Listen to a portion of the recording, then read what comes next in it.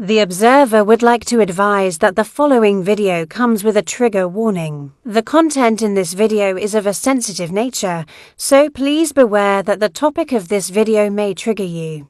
The observer recommends that you consider your own mental health before you watch this video.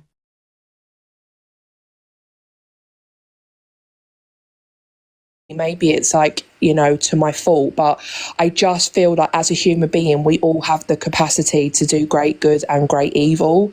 And by the very fact that we are human and having this existence, like, why is it that the people, in Palestine are going through the difficulties that they are? It's because of where they're born. And like, I know I'm jumping to something really extreme there, but what I'm saying is, like, in Angie's situation with what she's going through, like, I just feel like, is there, if I can get a second chance, why can't someone like Angie get a second chance? Because addiction and alcoholism will make people turn away from you. When I got well, my whole family wasn't talking to me. The only people I had was the love, and I had people loving me when I didn't love myself. I had, people putting me up in their house because my parents, just like her mum was saying, like, I'm done watching my daughter destroy herself. Yeah. So, like, what I'm saying is, like, even in the worst cases, and I honestly, if anyone ever wants to go there to an open meeting, you don't have to be an alcoholic to go to an open meeting. You can go and you can listen to people's stories. It's not all doom and gloom. Like I say, that you can have a high bottom nowadays, and thank God, you can be in recovery by, 16. You don't have to crash cars and, have your kids taken into care. It's there, no button bells, because you obviously went through that and not like. I had the gift of desperation. Yeah. So as Chantel, and the gift of having a heart. And she doesn't want to change. She wants to be a narcissist. She wants all the money. She wants all the views. And while she has all these people blowing smoke up her ass and telling her this is fine, what you're doing is all okay, Angie, she's never, ever going to change. If it was just her and Sheila, maybe, do you know what I mean, or her and her family, that were able to address it. But because she has all these thousands of people and all this admiration and this, I'm quoting here, fame from TikTok. Yeah. When things are going on, TikTok is the issue. When things are going on and they're chatting, she looks into the comments and she'll see the people that are for her, and she'll go, see, even, you know what I mean? And she gets all her outside boosting from the people that are in the comments talking about her. So she believes her hype. She is actually in that world now. She's lost. Do you guys think as well, because obviously I know when it comes to alcoholism and stuff, it can, change you as a person and make you like act in certain ways, but do you not just think that as a person she's just morally like just that way inclined and the drink makes her worse? She's an absolute, if you took alcohol out of the situation, she's still gonna narcissistic. Yeah, she's still gonna be like triggering people and stuff, isn't she? Like it's just crazy that kind of character gets and she's getting sorry, man. I think when, like, if you literally, everyone's rock bottom looks different, and you can have multiple rock bottoms. Some people, it's like someone saying they're going to leave them. Some person, they have to destroy, obliterate their entire life and have nothing. I do agree with you, Mary, that I think TikTok is a major factor in this, because when you're firing up alive and you're getting the money which you need for your addiction, and you're then also getting people lying to you and giving you some admiration to watch your car crash happen, like, it's how, like, everyone knows how many of us have stayed on TikTok for too long one day, or said we're going to have a social media break and then not quite managed it for as long as what we want. Now Angie is someone who just turns on the live, and she is just there living in a room, like, day in, day out. So for someone like her, it's almost like she's going to need that phone, like, literally prizing from her claw, because it's enabling her. It's her biggest enabler. This is the thing as well, though. As I said, like, if you take the alcoholism out of this, her being an alcoholic, she literally has, I've always said it, what I call the Veruca Salt thing. I'm a spoiled little brat. So if you don't do what I say, I'm going to threaten you and do things to myself because you didn't do what I said, and I want you to play with Can me. I just, like, I've got a family member who's currently going through, not rehab, but, you know, when they go to meetings and things. Yeah. And I've been guilty of enabling this person because this has been going on for years and years and years. So Yeah. I've been guilty of enabling them, but then I kind of did my research and looked into things, and I've called mental health services because they also suffer from bipolar. And they've kind of just said to me that we can't force them to do anything. They have to do it themselves. So they've done it themselves now because I just literally cut them off, wouldn't have anything to do with them, and let them hit rock bottom, to know that there was no one else around them that was going to help them or enable it or give them money or give them food or whatever, to the point that they had to go and get that help, because you can't force someone to want to get better. And No, you can't. you know, I've been guilty of enabling as well, that person. And that's why I just say it for what it is in regards to the people that are sat there saying, no, your behaviour's okay, you've done nothing wrong, because that's incorrect. You need to pull people like that on their shit and say to them, like, I'm going to just leave you to your own demise, to the point that you do go and get help. There's a 12. The thing is,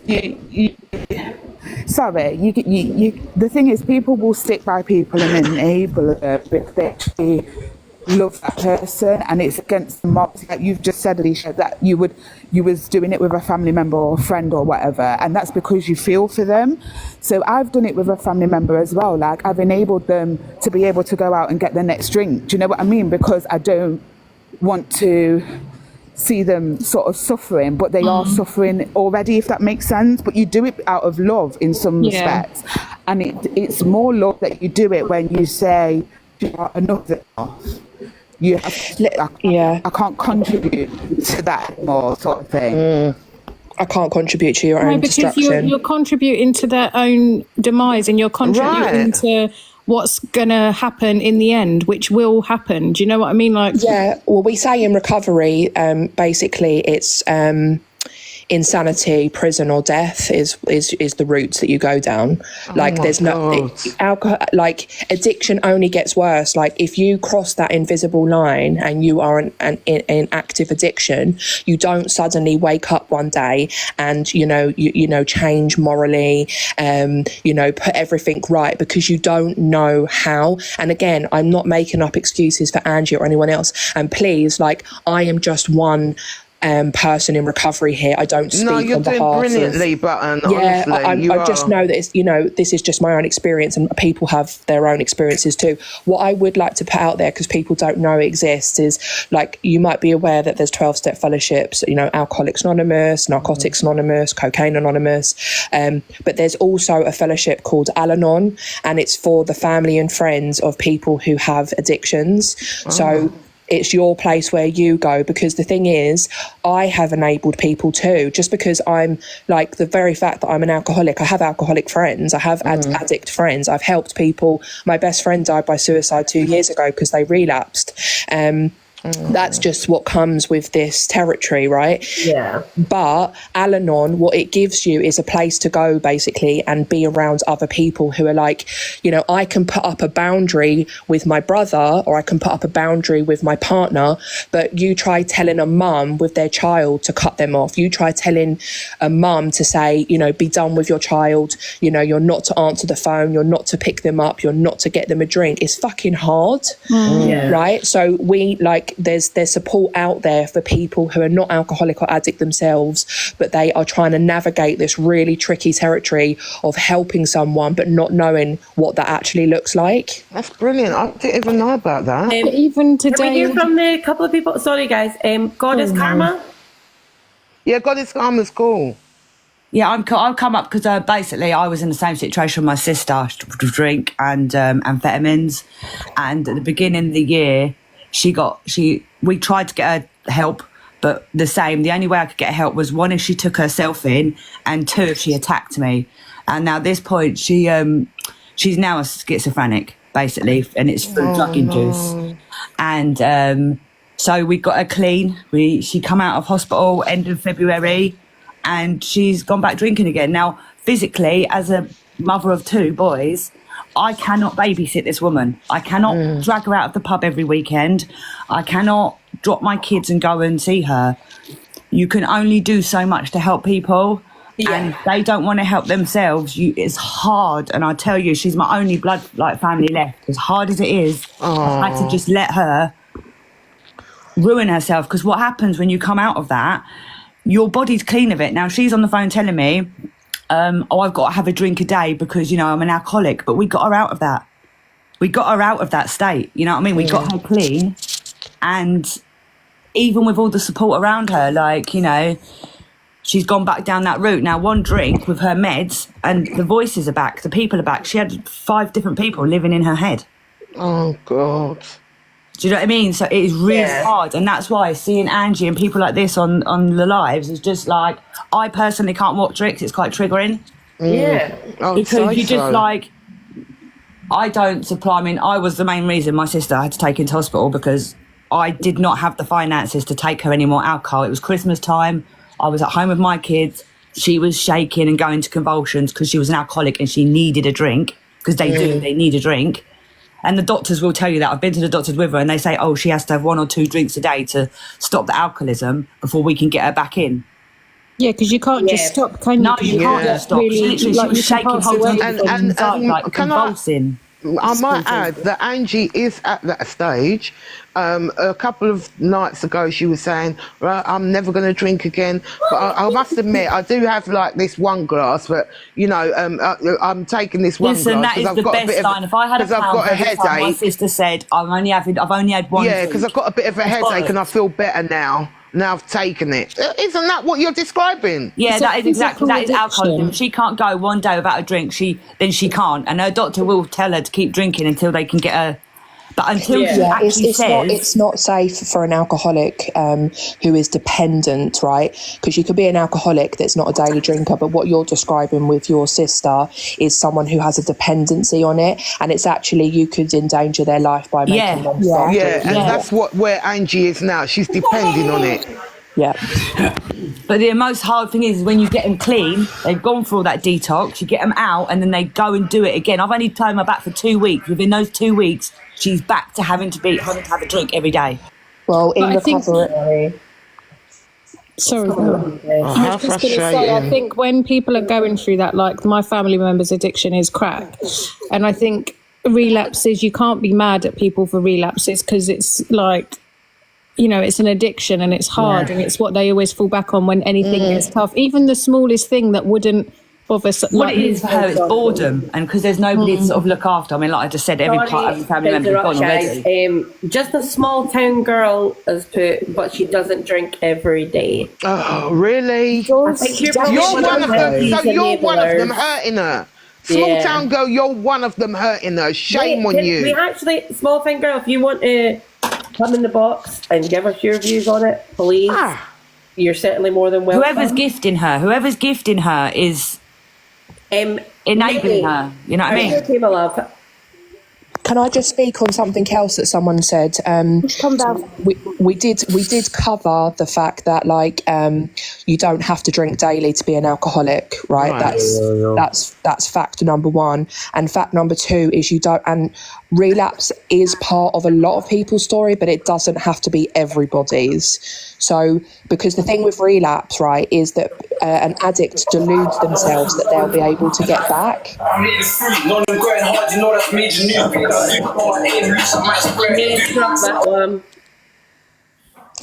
An alcoholic or an addict will think to themselves, "Oh, look, I'm going to have one more drink, I'm going to have one more use up, right, and then I'll be back."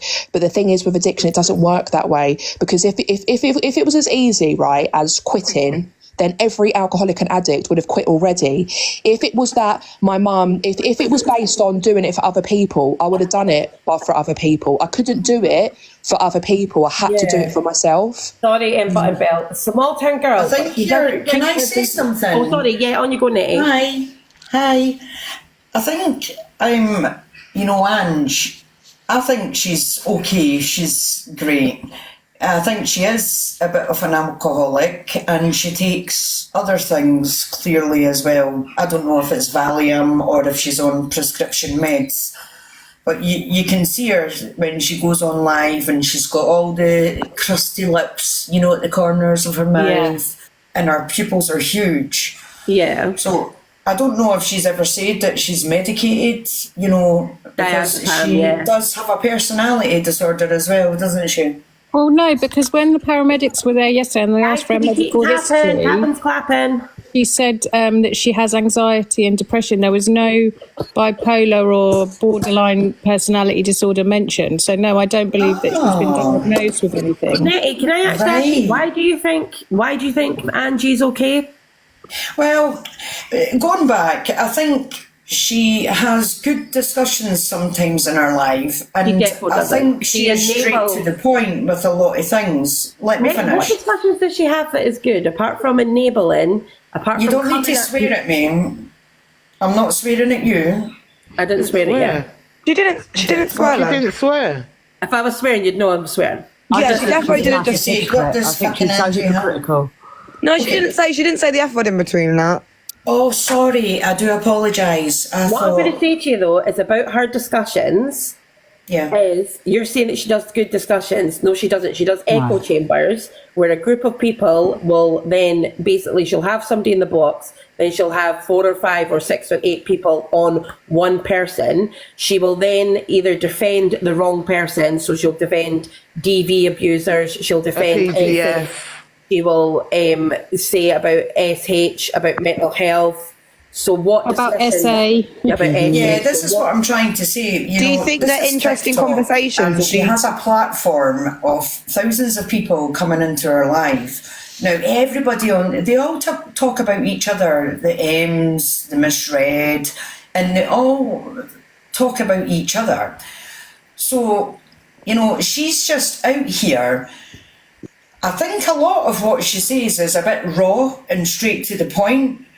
She could be wrong, she could be right, but I think everybody on TikTok... You're really showing yourself, Nettie. Do you Even think still, like that Miss Reg, Angie she is an goes off alcoholic? and goes to work, does her shopping and goes and spends time with her granddaughter. Like, a lot of these TikTokers go off and do things with their family members, and actually, like, all Ange does is abuse her mother. I would give my right arm to have my mum still in my life. So to watch her abuse her mother like that is sick. Yeah. Nettie, do you think... In actual fact, what I'm hearing is what you may find interesting is her, getting drunk, puking, sleeping in her own puke, sniffing her own pants after she's peed herself. Nettie, you're the one that had the and all that. Is that what you find interesting, Nettie? Do you think as well? I didn't know that. I don't find that interesting. I think it's disgusting. You watch her, you say you like her conversations and stuff like that, yeah? Do you not think that she's just baiting and using controversial topics as a bait form for views without actually having any form of intelligent or compassionate conversation? Okay, let me elaborate on that. I like your conversations because other TikTok creators come up, challenge her, and I like listening to, what she's got to say, what the other person's got to say. Why would you listen to somebody that's wrong, though? Not even wrong, but do you like that we'll have a genuine conversation about something important in society and then she'll just turn around and call me a bounty? No, but what? Could we go back? You said that Angie's an enabler. That was why I joined the live. We said the people around her are enabling. Do you think it's okay that Angie uses racism towards people? Yeah, she's got big views. She's got big views. She is pretty racist. Some of the things she comes out with. So you think racism's okay, Nettie, yeah? No, I'm not. You're just not listening to what... Why are you... I just said to you, do you think it's okay that Angie is racist? And I said... No, she's got big views and I don't agree with a lot she says. Oh my God, Nettie, are you that potato farmer woman? Oh, yeah, she is a racist.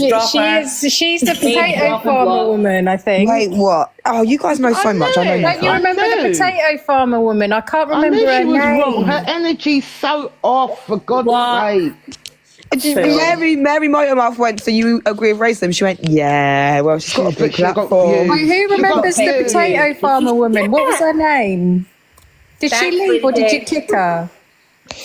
Right, not your average. Are you okay? Not your average. Morning. So, I was just making my bed and I was listening to what was being said and, excuse me, gruff voice. And as a daughter of my mum, sadly no longer here. She passed when I was 21. But she was, thank you. She was, I'm 52 now, so it's, but it never goes, obviously. But what I wanted to say was I lived with a raging alcoholic, and she was a raging alcoholic, and I saw every different sort of personality that Angie displays that happened in a night. I remember being woken up at 2 o'clock in the morning and lined up with my sisters because my mum had cooked a roast chicken. She actually ate it whilst drunk and still had the juices on her top, but we were accused of taking this chicken. So, no. So I'm not saying it for sympathy. I know it's horrible. I know, but like at the time, I'm putting myself in your shoes as a child. Yeah, well, it was Trigger warning, guys. There's numbers in the poll. Oh, I'm sorry. I didn't mean to. I'm not trying to trigger anyone. No, just carry on, love. I just want to make sure people know there's numbers of that. What I'm trying to say is that what I can find, it's not funny, but you know, like when I've told my daughter about it, who's 32 and 26, they, you know, we look at it and say, my God, you know, it's absolutely awful. But that's not what I wanted to say. I wanted to say that the person that made the point of, but she doesn't drink every day, can I just bring this sort of thought onto it? My mum didn't drink every day.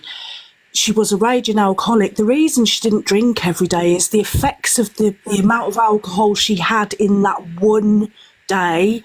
She physically couldn't do it. She was sick on herself, felt sick. It makes you ill if you drink that much alcohol. She needed a day to recover. My mum drank religiously every other day, drank one day, next day recovered, drank the next day. And I just think that needs to be mentioned because yes, some people might get up and have a drink every day, but not, you know, usually if you're drinking, she drank vodka and it knocked her for 6 the next day. She physically couldn't do it. So there are people that are raging alcoholics that don't drink every single day. Some can do it and do it and need to do it because of the physicalities that have been mentioned. But it robs the person, and children living with alcoholism in their parents, it robs their childhood because I became the parent. Yeah. I just wanted to put that spin on it that just, you know, we all know an alcoholic doesn't have to drink every day. It's just, you've got to Thank you so much for sharing your story. Yeah, thank you. Sorry, I just need to address something, guys. Sarah Lou in the comments. She's just apologised because she didn't know. Do you remember? I don't know whose live it was, but do you remember that woman, the potato farmer woman? And then I can't speak. The Nigerian guy come into the box and she was like, "I give people like you a job." And then she was saying about African people, and she was being just underhanded racist. On this She's platform, horrible. we don't sit and allow people to be racist, sexist, homophobic, anything.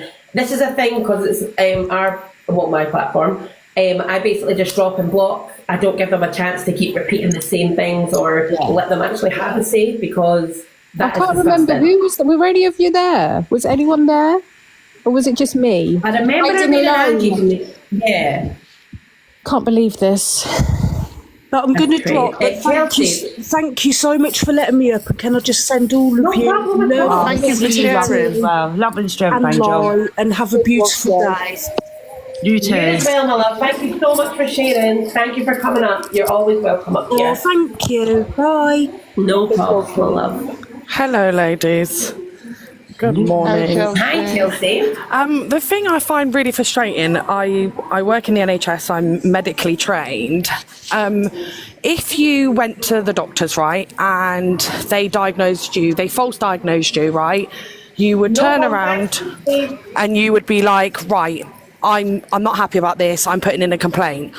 But people are happy to sit there and listen to the advice that she gives, taking it as gospel, and it is not. But I listen so much, and I'm like, you are giving out false information to these people. Frustrating for you to listen to. It's really frustrating, and I get really I do get to the point where I'm in the comments. I'm like, right, Chelsea, you need to chill out now. Like, chill out. But it's really frustrating because the amount of false information that she gives out, and people believe her. Yeah, and that's it is the thing. And it's damaging, like, it's damaging to these people. These people are going away and thinking, oh, I must do that because Angie, and I believe everything that Angie says. And it's like, no, please don't listen to this information. Please seek proper medical help. Chelsea, being like part of NHS then, so how much time is she wasting? Like, the potential of you saving people that actually need saved and the amount of time that's been wasted on her.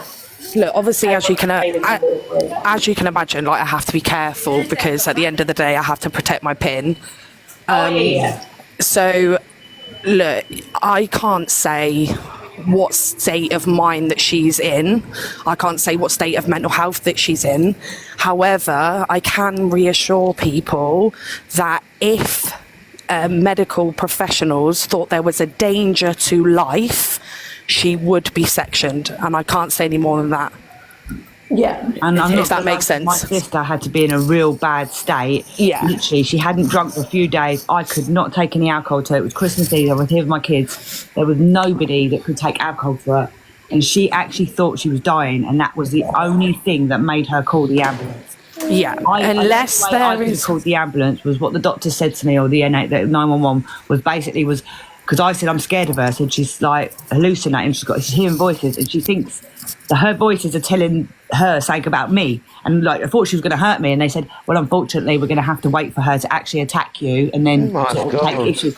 And I was like, I'm not prepared for that. Do you know what I mean? Like, unless there's actual danger to life, they won't section like that. They won't unless there's danger to life. And she was supposed to be sectioned for 3 months, and they let her out 6 weeks after. Yeah, I think take that, and I also will say the fact that she's taken diazepam.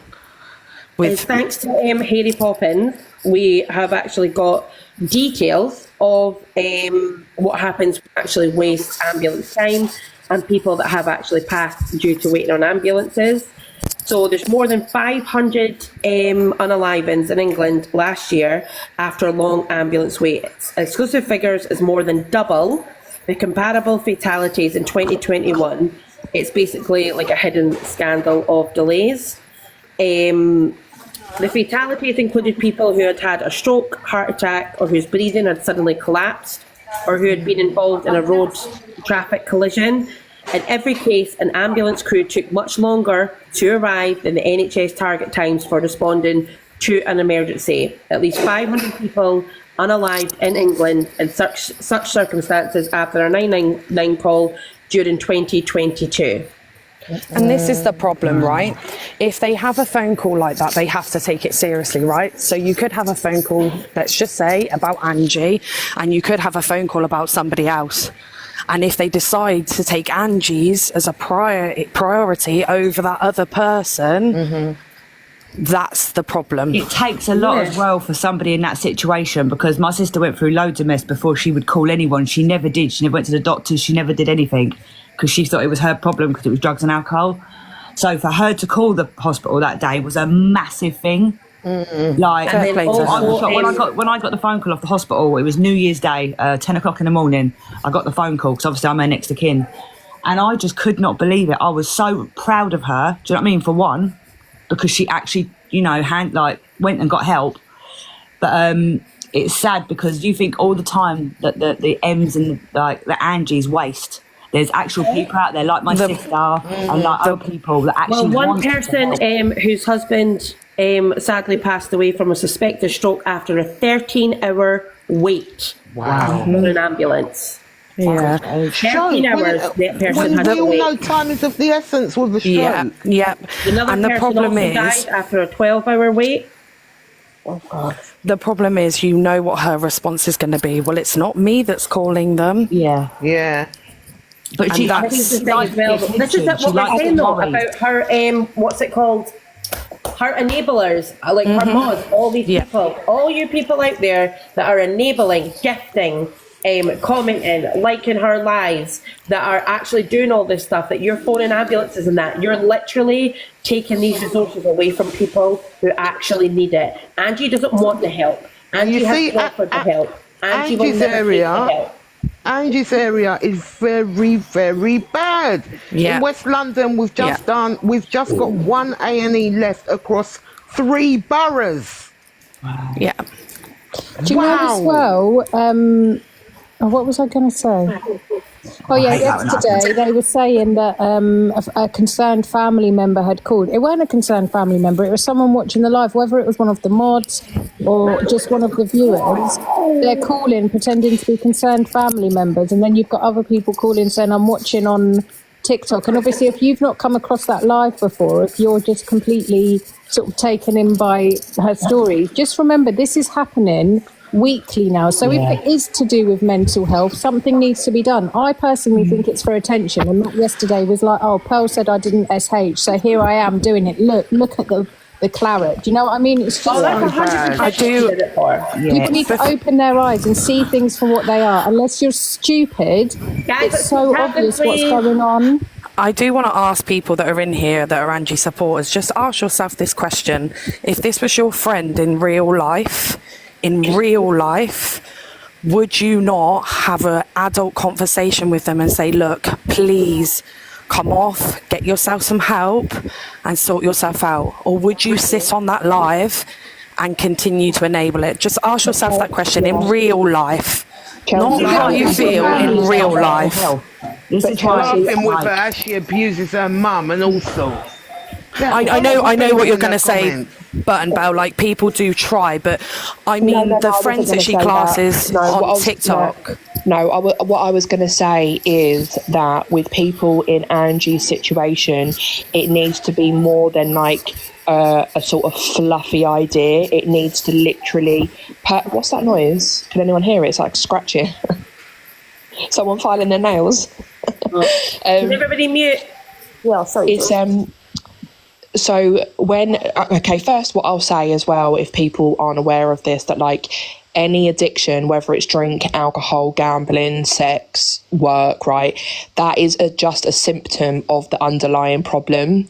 So what I mean by that is that's not the, like, once you take the drink and drugs away, you've got to deal with what's left and the person. So that's why I get when people are saying, well, hold on a minute, isn't Angie just like this actual awful person?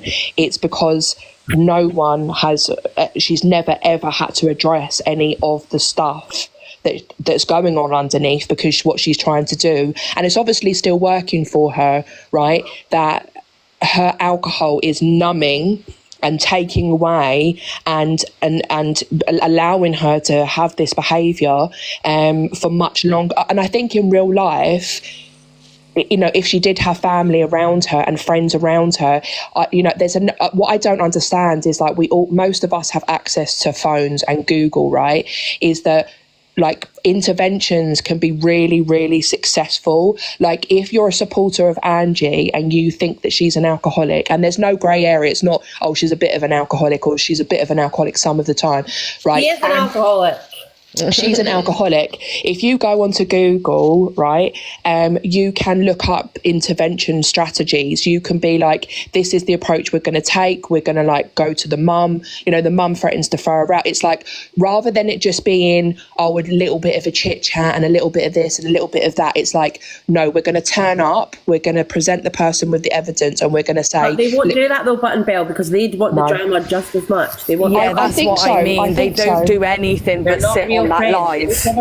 I don't think any of them are friends either. And like Alicia said, right, I'm one of those people that was actually really shocked and horrified. As I explained at the beginning, I bounced into Delusive's live last night at the exact point that she was holding up her hands and there was blood down her arms. And I literally put my hand to my mouth. Guys.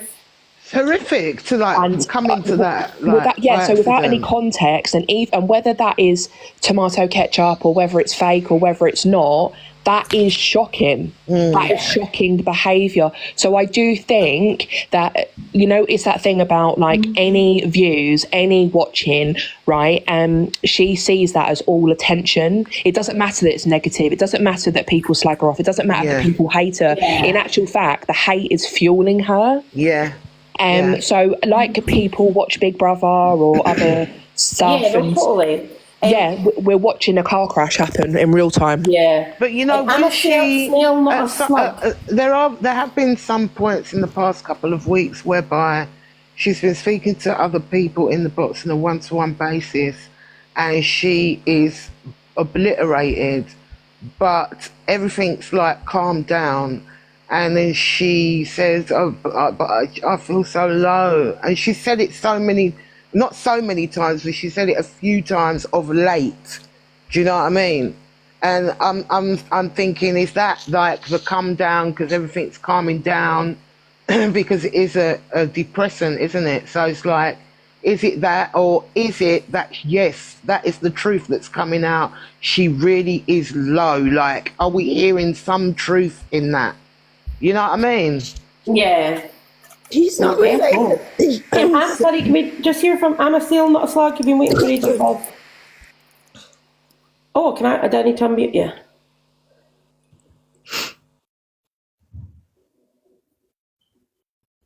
Is that it? Me? No, Sorry. Christine, if you want to go, yeah. Sorry, I thought you were chatting to somebody else. But I think she's wrecking everybody else's lives, doing what she's doing, right? But she doesn't give a shit. And she is telling her mum that she wants the bills all in her name now. Morning. So her mum doesn't have to pay the bills. So she's enabling her mum to forgive her in some ways when she wants. I kind of think mum's given up on her because... No, her mum wouldn't trust her with the bills. Her mum, like, doesn't really seem to like... Let alone my actual finances. Yeah, she turned around and says to her mum this morning, I want all the bills in my name. Sheila's definitely not that stupid. Angie and her mum are trauma bonded. Oh, Yeah. 100%. Did you not hear what she was doing to her mum last night? She was basically making her mum tell her trauma history about her mum and all that. And I saw it that she was laughing and sniggering and she was saying stuff like, oh, your mum put you into care, didn't she? She kept some of the kids, but you were one of the ones that she sent away. Horrible. Oh, Mama G, it was horrible. She was making her mum, because her mum basically had 7 kids and she had to work. And she was saying, but your mum gave up on you. Your mum gave you away, didn't she? And she was like, yeah, because my mum had 7 kids and worked a 40-hour week. She couldn't handle us all. So unfortunately, some of us did have to go into care. And Angie was like, well, how many of you think your mum gave you away? She was forcing her mum's mouth. That's terrible. Yeah. And mum was really, her mum to give all her traumas. And mum was really understanding God, it as well. Like, do that to your mum, man. I know, it was disgusting, wasn't it? And you can probably tell with Angie's mum, knowing that now, what's happened is the mum, that's probably why mum won't get her sectioned, because she feels guilty and she wanted to be different. So she's overcompensated for Angie and turned Angie into a horrible, selfish Yeah. She never wanted her child to feel the way she felt. Yeah. But the thing is that Angie is using it as a weapon against her mum in order to keep her in place so that she stays where she is. But when her mum was like a wee child. Unfortunately, Sheila created a monster. Her mother never got taught healthy boundaries and how to have healthy boundaries with your children. And that, unfortunately, has rubbed off onto Angie. And mum's got no boundaries. Mum has never put no boundaries up. You can just see it. Wow. And you see as well how much she flip-flops. Like, the mum will come into the room and say, right, that's it, I've had enough, you're out. And the thing is, as we know as kids, right, if our mum says something and then you back down, like, it doesn't have any weight anymore. So her mum could be saying anything to her, like, right, I'm going to kick you out, I'm going to throw you in the street, and Angie's just going to laugh and be like, yeah, you say that every day and it doesn't happen. And then, that's exactly what she does. She does laugh like a child. What she said to her mum, Dad cheated on you, didn't she? Didn't he? Dad was a cheater and all that sort of stuff. And she claimed that when her dad was passing, mum was having an affair. Yeah, guys, let's get tapping up the screen. If you're in here, pay your rent. We don't ask for gifts, we ask for tax. No, but she said that as well. She said it a couple of weeks ago. Ranting at her mum. Yeah, say that it was her dad that had an affair, not her mum. Yeah, that's what she was saying. She said her dad. She's accused both of them. She's accused both of them. The night I saw her, she said like, because she said, oh, you've you know, sullied your dad's name and everything else. It's my husband's name and all that. Your husband, who you were having an affair whilst my dad was dying. It's on the For You page. Yeah, it is. Yeah, that's crazy. But then she turned around and says last night it was her dad that had an affair. That's how wicked she is, man. But she said some things. It's hard to believe that comes out of her mouth. She weaponises their history against them, and it depends which one she wants to play the side of, the same way that she does online. So it's just the way that she weaponises the history against them. Just for context for people that don't understand, back in the day when Sheila would have been young, there was no welfare system like there is today. So parents had no choice but to put their children in care if they wanted them fed and looked after. It literally came down to, in order to feed my children, I'm going to have to put them into care. Yeah. At the end of the day, she's bringing that problem up on live anyway. This is what Angie is. She's a master of manipulation. She has manipulated her mother, her family. She has manipulated everybody on this app that falls for her bullshit. She's a master of it. Manipulation, narcissism. Including the people that keep going in there time and time again, thinking that they're made friends again and all that. It has to be said. In the same way that Angie will blame her drinking on her behaviour, like, I can categorically say that, like, that can never ever be an excuse, right? In the same way people can't say, oh, I've got poor mental health and so I've done this and this. The reason I can't be anywhere near someone like Delusive is because, unlike other people who can seem to forget what was happened 24 hours ago, this woman I've seen manipulate and calculate situations for people to be ganged up on. Personally, if you're a Tommy Robinson supporter, right, that's enough for me to not go in your live, right? Hello.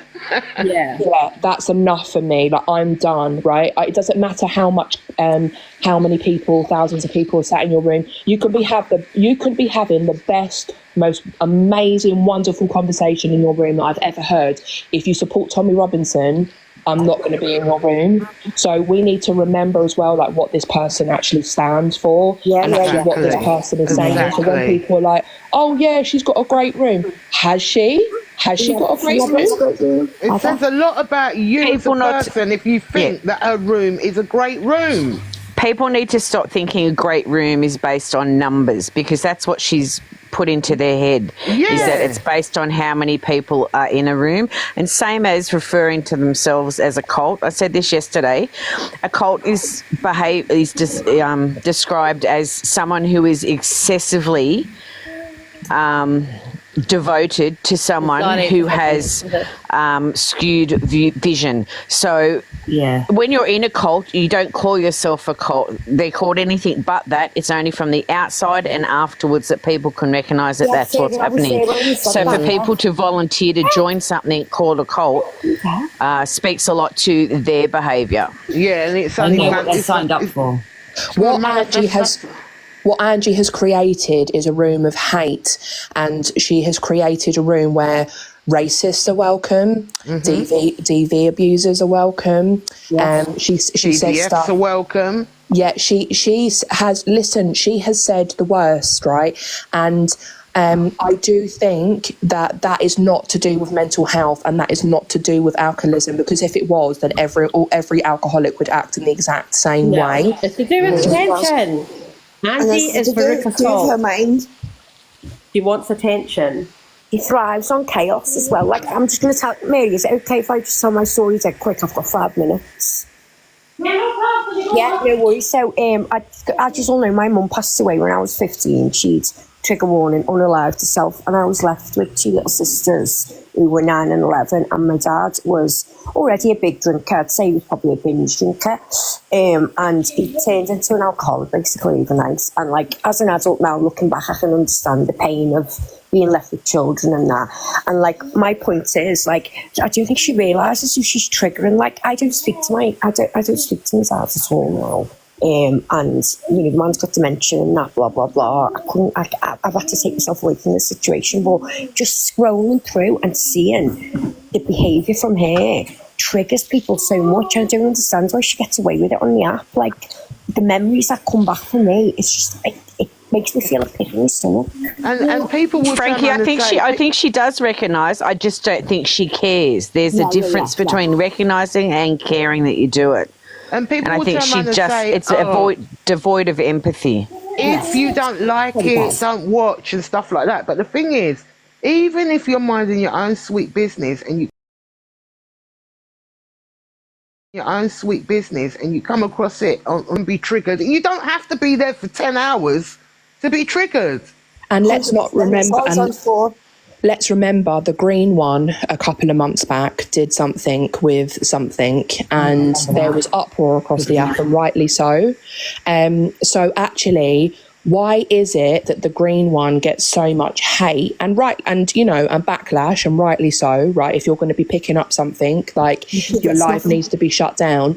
Angie's live last night, considering it would have been getting reported, there was none of that. There was no like, oh my God, I can't believe it. There was some of that, but it was mainly like a bit of a laugh, a bit of a joke. It was almost like, when Angie was saying that, do you want me to do, like, trigger warning, I will say this, Angie was saying herself, it's not enough for Pearl and Dave, right? They've been goading me all day saying it's a scab. Well, now, like, look what I've done to myself.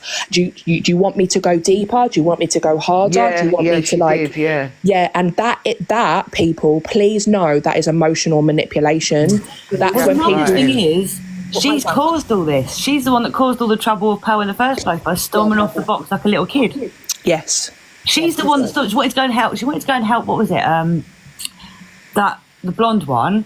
Yeah. And then she started on her the day after. And I was like, hang on a minute, you've just lost all your friends to help this girl. Now you're being rude to her. Mad Hatter. And the thing is as well, like, I was kind of like bewildered by it all. I was like, why shouldn't we talk about Delusive Angie as well? Because actually, if this was someone on our TV screens, if this was a person... She says if it's on the internet, it's fair game. If this was someone in the Big Brother house, right, who was acting up like this, we'd all be talking about it. We'd all be saying, look at this person's behaviour. what about that actor that was on his knees and licking, do you remember, licking the milk out the bowl? The milk. George Galloway. That's the one. Remember that? She says she's famous, and then when we talk about her, she don't like it. Like, the reason why I'll talk about Angie, is because, the reason why we'll talk about this is because it has affected so many people, and all she has is echo chambers that nobody actually addresses the fact that she's a narcissistic, manipulative piece of crap. It's like Reds don't talk about it. People are like, but Angie's mental health, and that Charlie Fairies boxes today, all he had in was people that were there to like Koofy and say, it's okay, Angie, what you've done and that. It's not okay what you've done. What you're doing on this app, Angie, is not okay on any level, and I will run up a live every single day. I've said this from day one until you are off this. It's also not her room that people go into afterwards to be able to express the way that it affects them. What happens, it's that trickle down effect, because her answer is, I don't care, I don't want to hear about trauma dumping, although that's exactly what she does herself. It's rooms like this and so many other rooms that people come in to share their feelings or the way it affects them or their life experience in order to help other people and to, bring awareness to the issue. So it's not just a her room issue, it then trickles down into everywhere else. It's not only that, it's kids that come on this app too. I mean, personally, my children are very, very young, right? And I fortunately had them in recovery, and they've never had to witness anything that I was like in my previous life. But personally, I will keep screens away from my kids as long as possible. And I know it's a 13+ app, but personally, my opinion as a parent and as an adult on the app is that I think it's an over 18s app. And so I understand that it's really difficult, and everyone will have their own issue to navigate with this. Like, if you've got a child on social media, how can I speak to that at the moment when I've got young kids? I know that they only talk on. I've got a younger sister. I know she literally only communicates on Snapchat, right? But actually, if we like, I suppose, like blow out like further, this is actually a TikTok problem, because in the same way that I come off Facebook because there would be like the worst images on there, and you would report them and then they would stay up because they're getting views and clicks. Like what is happening on this app is disgusting and disgraceful, in that it's like it's exposing us to the point where we lack sensitivity anymore. You know, that we're being desensitized to like really, really awful stuff. In all fairness to that, though, I had a friend. You see it once, you can see it again, kind of thing, and you don't. It doesn't affect you, but it does affect people. Yeah. Go on, who was talking then? Was it Goddess? Sorry. Yeah, so anyway, me and my friend, I met her on here. She had a younger daughter who was on TikTok, and when we used to come across like Chelsea, Leah and Angie and all sort of things like that, we'd always be on WhatsApp call watching like TikTok on the phone because she was quite a way away. Her youngest daughter didn't even know who Chelsea Lee, like never saw these people because they weren't in her algorithm. Yeah, so you see what I mean? So I think it does depend on your algorithm and what you watch and where you are, whether the kids come across it. Yeah, because I've got 2 stepchildren that are teenagers, and I did actually ask them when they was here on the weekends, because I was looking at something on TikTok. They think it's hilarious that I've even got TikTok. Unfortunately, they did know the other one because they lived quite close to his area, so they knew of him. You know, the unfortunate remote control carrot guy. Oh God! So sometimes it's like, but I'm really lucky because I've got an 18-year-old and an 11-year-old, and none of them are on my 18-year-olds only just started like watching TikToks, but none of them are on social media. Yes, they are gamers, but none of them are on any social medias. I think it will be the health epidemic of the future times. I think we will look back in 10, 15, 20 years and go, what were we all doing? Like like this is crazy that we, you know, has anyone seen that Netflix documentary where the people who create social media apps, they don't allow their own children to use them? Yeah. Years about that. Listen, Mary, I'm going to drop because I need to get some dinner. I'm hungry, but thank you for the safe space and big love to everyone in the box. Big love, Frankie. Guys, bye-bye. It's a reflection of how quick society moves and the effect that electronic media has, because everyone talks every day on here about, you know, how quick TikTok moves. It moves. The difference is we're in a society where there's, you know, generations of people who don't want to say no to their children, who think that they're going, well, I'm going to give them all that I haven't had. There was a reason that a lot of us were told no when we grew up. No, it's not appropriate. No, you're not old enough. And just because your friends have it doesn't mean that you can. But a lot of people will back down on that because they just don't want that argument. And that in society is what's going to be coming out in years and years to come.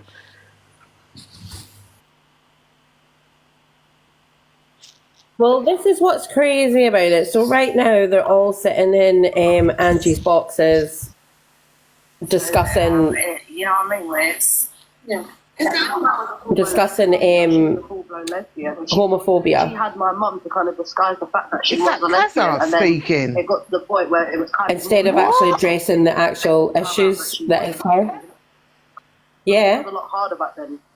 She'll be in the comments and saying she wouldn't allow it for her son. Wow. So she wouldn't That's the come in the usual. box. Business as usual. So what, they're having a conversation about homosexuality? Yeah. It's manipulative deflection. Yesterday it came up before even all this started, because Claire Duffy had made a statement about if I found out that one of my children was homosexual, I'd kick them out, I'd never speak to them again. So it was, so it came up again yesterday as a deflection to what had previously been done. And then when that subject wore out, she then went back to baiting people that it's all their fault. So it's just, you know, it's manipulative deflection, because if you listen to what she accuses other people of and take their name out of it, it's her own behaviour that she's describing. So everything she's blaming Pearl or Dave or anyone else for, it's actually her own behaviour that she's describing. It's self-hate. It's like she's just... It's projection, isn't it? It's projection, yes. Thank you. She's projecting her own self-hate in attacking other people. Because when I hear her talking, I'm thinking, Jesus, that's you, love. Exactly. Like I get, and that's why I don't watch, because I'm getting angry, because I'm like, you're speaking about yourself. What the hell? And then when she was going on about they fell out with me and all this, I'm thinking you caused that. But I just get angry. But Goddess, did you not? And at no point does anyone say I was involved in that. I put my hand up. I was part of that. I did the same. It's only ever calling out other people's actions. Yeah. What she lacks is accountability. Yeah.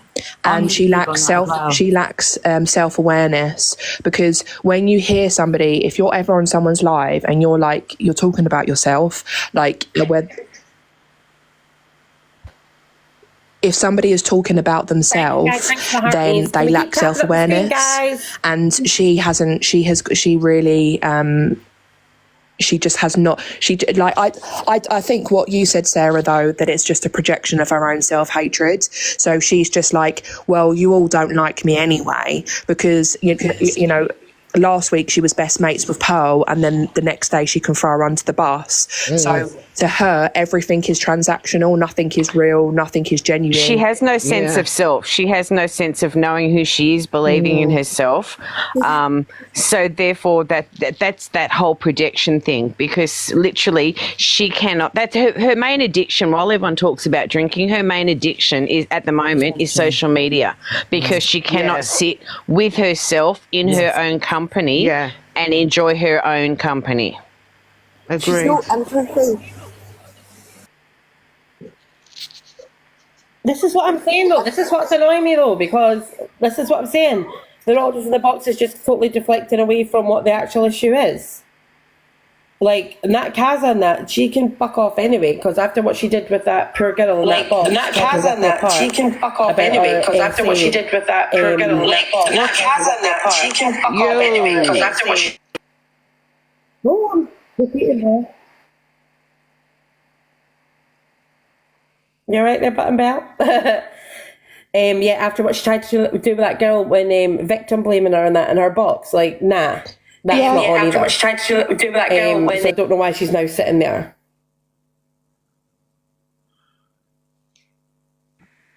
She might have had a phone call, because sometimes it does that, doesn't it? Back, my love.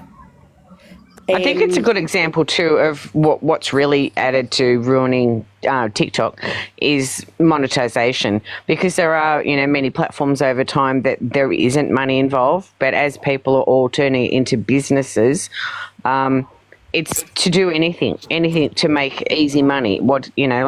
It's not having a proper job. People do really well on social media because they put effort and research and time into their platforms, into their messages, into what they're promoting. But people that don't do any of those things, like when she talks on topics, sensitive topics, she's the first to admit she does no research. She just, someone sent it to her. It's the topic of the day. I'll just talk about it for money and for views. Yeah. That's all she wants. She's basically deflecting off the fact that she's a total can't. It's when she talks on parenting and stuff like that as well, judging other parents. I'm like, you don't even have kids, so you've got no leg to stand on here. Yeah.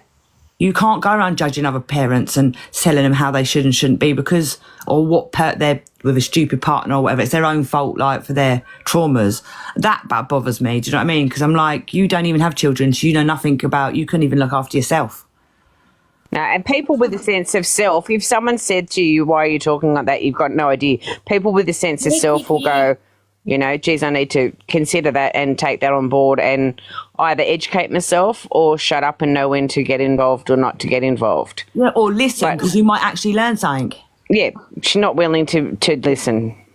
Yeah, that's a big annoying thing. If you look at the topics that she's covered at the distress that it's caused people, there is so much that she could learn, but by admitting that she's learnt something takes away from literally what her platform is. So it's only, rage baiting and race baiting, basically, because if she's not doing one, she literally is doing the other.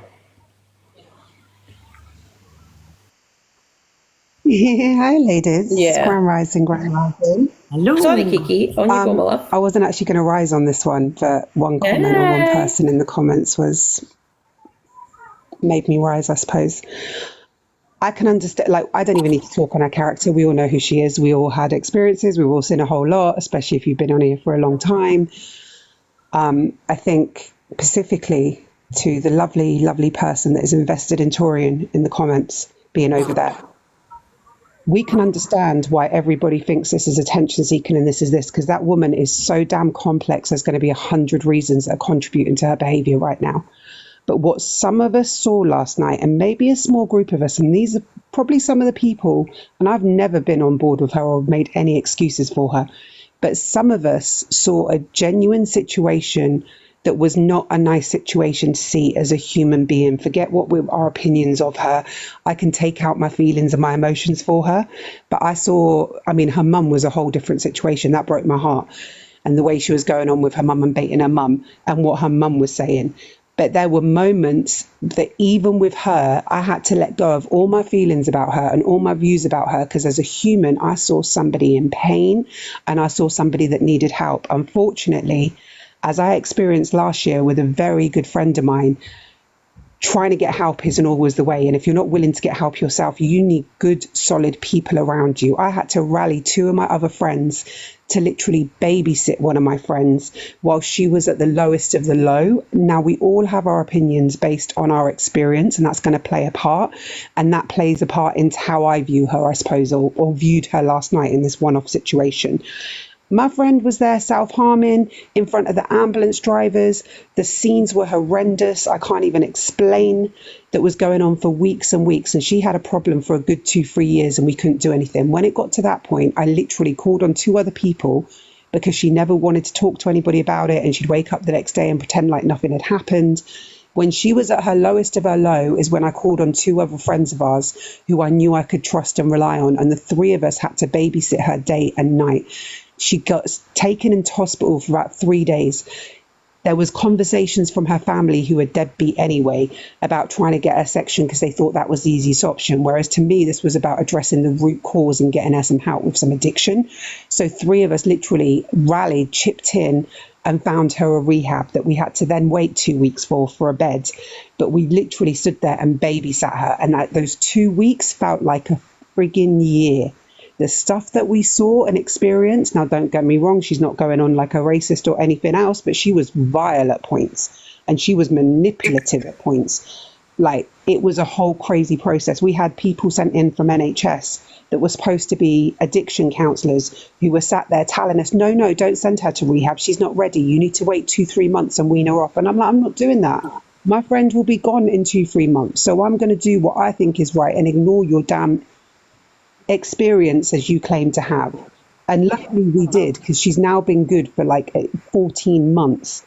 But there was a moment last night, like she's thriving, and even after she got out of rehab, bless her, she lost her home, she lost everything else. We had to make sure the kids were okay. We've got the kids in counselling, they're older, but we still knew they'd experienced this mad behaviour, so we had to make sure the kids were okay as well, and they were getting therapy, because otherwise they're going to have the next generation of issues, even if she's sorted out and fixed up.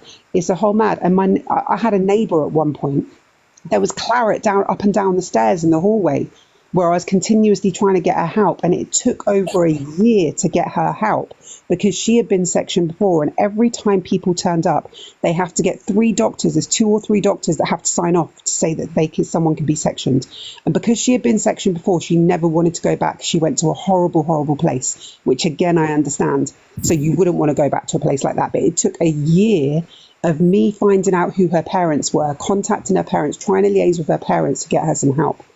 And then she finally got some help. But so the services and stuff aren't always available, which is why you need good people around you to be able to do that for you. Now, you can't force anybody to do anything, but when someone's at their lowest, you've got more chance. And it isn't always about being nicey. Like, I made sure that I had one of my friends there last year who was going to play the motherly figure, that was going to do the softly hugs, love, this, that, and the other. I was there to tell her to fix up and get over herself and do whatever I needed to do. And we got into physical fights at one point, like physical fights. So it's mad. And like I said, these people can be they will act like nothing's ever happened the next day, change their behaviour and like put all the apologies, all the this, and then within an hour we're back to square one. it's crazy. So there was a moment last night, however much I would never want to say this about her, because I'd never want to do anything to defend her based on her character and how she goes on, that genuinely broke my heart, because she has nobody around and her mum can't do anything, and she needs someone that can come in stronghold, take her out of it so that she can, and like Belle said earlier, addiction isn't about addiction, regardless of what type of addiction is, whether you underlying trauma, drink too much, gamble too much. There's always underlying things there. And what you see with her, and I'm no psychologist, so I don't want to try and I did spot her. that straight away. Like, I don't really have like anything for Angie, but with everything that went on with her mum last night, that was the one thing that I picked up on, that shit, this is like generational trauma. Do you know what I mean? There's something there, and that just, you've got to be likeable to have friends to be able to do that. I don't want to analyse her, because we know she lies a lot, which is also normal for people that are in addiction. You expect them to lie in this and that, and they're not thinking. But there's moments where I see her, especially when she interacts with her mum, where she goes back to teenage childlike behaviour. Now, is that a manipulation? Yes, it definitely can be. However, to me, it says that something happened at a certain point in her life, in her younger years, that has stayed with her, and that is what she goes back to every time she's interacting with her mum. But like I said, I'm not a professional. Yeah, so the issue has never been dealt with. It's always been brushed under the carpet. So for anyone asking things like, "Oh, I'm so disappointed in Torian," listen, you can be disappointed. I don't think she cares if anyone's disappointed. Exactly. We love Torian here, so go away. That's why Torian sat in her box now, because Torian is concerned about her, is what I would say. Like, I can't speak for Torian. I don't know what she's thinking, but to me, if she's in her box over there right now, sat beside her, joining in this conversation, is not to deflect. It's not to put a blanket over it. It's because last night I saw Torian concerned about her, trying to get her off. She was the only one. And then the only other person, and again, I can't believe I'm saying this because I despise this person. The only other person I saw a slight bit of humanity from, or who recognised something in the situation in the moment, was AR. I knew you were going to say that. Where he stopped and recognised something. Like, I can't stand the man, but he did. I can't stand him either, but I saw that as well, Kiki. I saw it as well. I have to give him credit where credit's due. And I cannot, like, this man, I don't know about credit, but yeah. The old man is like from areas that we all know people. Like, Mama G, you know how it rolls our ends. Yeah. I do not like this man, but he did the right thing. And that was probably the first time I saw him with some genuine humanity in that man's body. Like, I've never seen it before, ever. First time. So I can't... So much so he said he wanted to take the video down, and true, he did. Yeah, and you saw it in that conversation. If you watch it was a moment where he was out of character. And we know this is his character and how he goes on, because we know that man's a vile, nasty man. But he had a second where he was like, no, I can't do this. And he said himself, it's because I've got people in this situation in my family right now, which is why, depending on our experience, depends on how we're going to perceive situations. Now, I'm not saying I'm right, but that's how I viewed it. And for the first time, like I said, for the first time last night, I was like, this woman needs people around her who can just drag her out and make her do something, because she is not going to do something by herself. And she's got to fund this wine habit, so she's going to be doing whatever she does. She also gets a chance to be around people that are just yes people, you know? Yeah, she chooses to push people away so that she's not held accountable. The thing is, before she was an alcoholic, she wasn't a likable person. Otherwise, she would have those type of friends that you are, Kiki, and your friends that helped your friend that was going through it. Otherwise, she would have those people around her. She would. But again, we can go deep and go into and like I said, I'm not going to, because I'm not a psychologist, so I'm not going to pretend. She's not a likable person. She's a narcissist, and she always has been. And that is, again, going back to what you guys are saying, her trauma. Yeah, but I'm not here to make excuses for her. I'm just saying that in a certain moment of that last night, I was like, I'm sad. This makes me sad. You know? and I have to take my emotions for her and my opinion. It makes me I've got to sad. take It my makes me personal sad every opinions day out for her, that this which is hard. Yeah. I'm not going to lie, but I have to put my personal opinions for her aside and how I feel about her, and say, right, that if this was any other human on the street, like I'm stopping on the street to help the homeless people. Do you know what I mean? To see if they need anything, or they need medication, or they need vitamins. So if I can do that for someone that is just on the street, and I know these people are running madness, ripping people off, doing what they're doing, and 100 other things that go on, then I can have a little bit of compassion for somebody else. I can't let me not liking them influence, you know. No, I agree with you. Yeah. Right. Well, what I'll do is I'll play the video of AR, and we'll see what you guys think. So earlier, I'm not gonna lie. As much as we troll each other, I'm not gonna stand there and start saying you deserve that, you don't deserve that. Mental health is serious, and I really feel it for your mother as well. I really want to see you just like drink a lot of water, get to sleep, get medicated, and get some help. And I mean that in the serious form. I feel like, yeah, I'm being serious as well. Mental health is serious. I've got family that are going through the same thing, so I'm not gonna make a joke of that. It's close to home. Yeah. It's difficult. He's still a dick. Helen, there's no big up AR. He did the right thing in a moment. He said the right thing and did the right thing in a moment. Nobody big up AR because you will get muted. Yeah. That does not make him a good human. You're gonna see the light there. You're getting there. Yeah. Sorry guys, I'll also just point out as well, this video is from his actual He knows what he's page. doing. So he put the music over it himself and did all this himself. Again, he knows what he's doing. Like an episode. Yeah, one step at a time. Yeah. I've been my father soon. I'll be with my father soon. Okay. Just stay positive. Chill out. Yeah. It could be worse. Remember that. Always say that. It could be worse. And there's other people that are probably dealing with stuff even worse than you. So count your blessings. Yeah. Even if it's children. Oh my god, I'm sorry, I just had to laugh. Because while they're having a serious conversation, folk are like putting cowboy hats on her. Jesus. Yeah, that's sad, isn't it? I'm gonna take down that video. I made a video of you earlier today, and I'm gonna take it down after live. No, that's why I'm not going to do that. No, because it doesn't sit right with me. What I saw today, it doesn't make sense. It's kind of hypocritical of me having a video of you. My heart goes out to you tonight. So that was a video on AR's page that he put the dramatic music over himself. So yeah, we get what he's doing as well here. But as Kiki says, it's a tiny flicker of humanity. Yeah, I'm going to drop. So I was just there. It's only because somebody or a few people kept mentioning Torian and Torian being in a box, and I'm disappointed in Torian because she's in her box and participating. People will go into her box for different reasons. Most of them are going to go in because they are part of her cult. Most of them are going to go in because they like the drama and they like the hype and they like all the other bullshit that comes with it. But there's also going to be the odd person in her box that is there for a completely different reason. So we need to be careful how we judge people in this as well.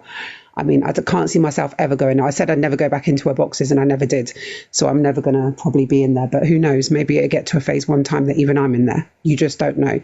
So yeah, let's not just judge everybody under the same bracket. And everyone's entitled to their opinions. I know this woman is not easy. This woman is not likable. Like, she has offended most groups. She's offended most groups that like I stand for and are very, very deep to my heart. So don't get it twisted. By no means do I like this woman in any way, and my opinions like that change. But yeah, I'm just saying sometimes you just see a little something that you have to put your feelings aside for a sec and pray that people get help. Because if she don't get help, then we're going to keep doing this. This is going to be the recurring circle. Nothing's going to change. And we're all going to be talking about her this time next year, saying all the bullshit she's doing then as well. So it's in everyone's best interest if she switches up and somebody can help her. Yeah, I'm going to drop. Thank you. Yeah. Have a blessed day, everyone. We'll keep it real. Take care, Kiki. No problem, Kiki. Thanks for coming up, my love. You too. This is the thing, though. Like, I know that's what she wants to keep it real for everybody to keep talking about her. But the thing is, if we don't talk about like the type of person that she is, then it's all it is, because obviously we're not a big group of people. We're not like I'm not like a busy platform. The thousands of people that she's affecting, at least we have like a space where people can come in and have their opinions actually heard, instead of just going into these echo chambers where it's all love for Angie.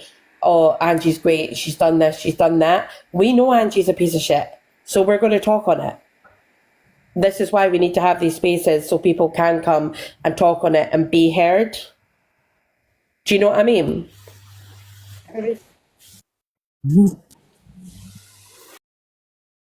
It just glitched. Everything stopped. Quiet. Yeah, it's just, yeah, it was only a split second. Oh, sorry. Is it working now? Yeah, so it's like we need to have these spaces, because like today, that Charlie Fades was running a live on it, wouldn't let anybody in the boxes because he's a little pussy, wouldn't let me in the box because he knows he's an absolute dickhole, and you can fuck off, Charlie Fades. But yeah, we address the things that other people won't address, even though we're a small group of people, we're small lives, stuff like that. As I said, I'll run up a live every day until she's off this app. I don't give a fuck. She needs to be off this app. I don't care.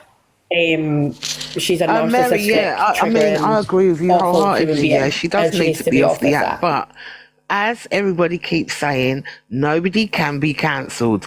So it's either she is going to say, oh my God, it's enough is enough, or, you know, we're going to basically see a live and direct snuff movie, and the people in the comments hailing her are gonna be, you know, the producers and directors of that movie.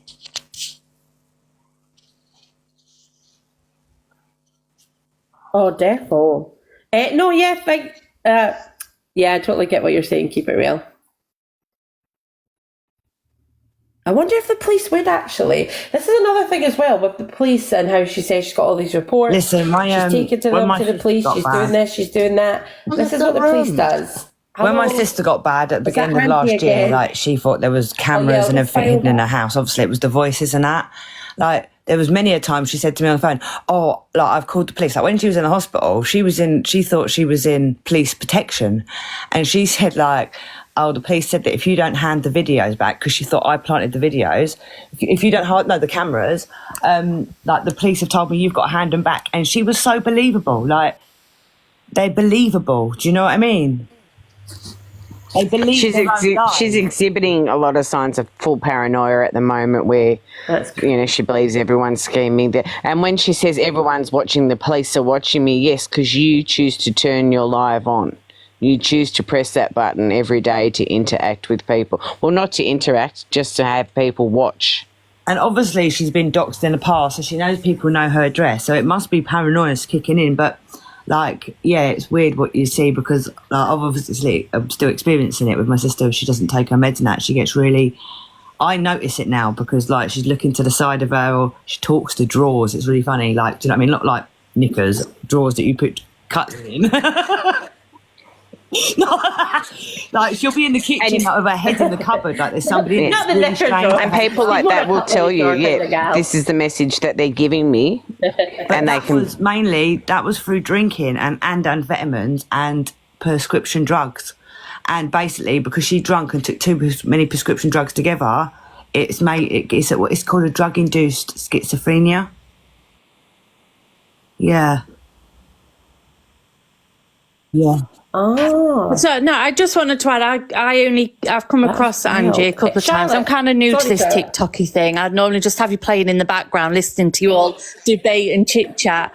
And I accidentally a few weeks ago got caught in one of Angie's things because she's debating something and it got under my skin. I thought, and it was regarding kids. I'm quite a structured, strict mum, but I kind of sat on the fence with her, but then last night I was watching somebody else's live and I accidentally came across her, and I was absolutely appalled at the amount she was drinking and was allowed to be live and obviously be disturbed. And then the police turned up. I was just shocked at the authorities letting her down.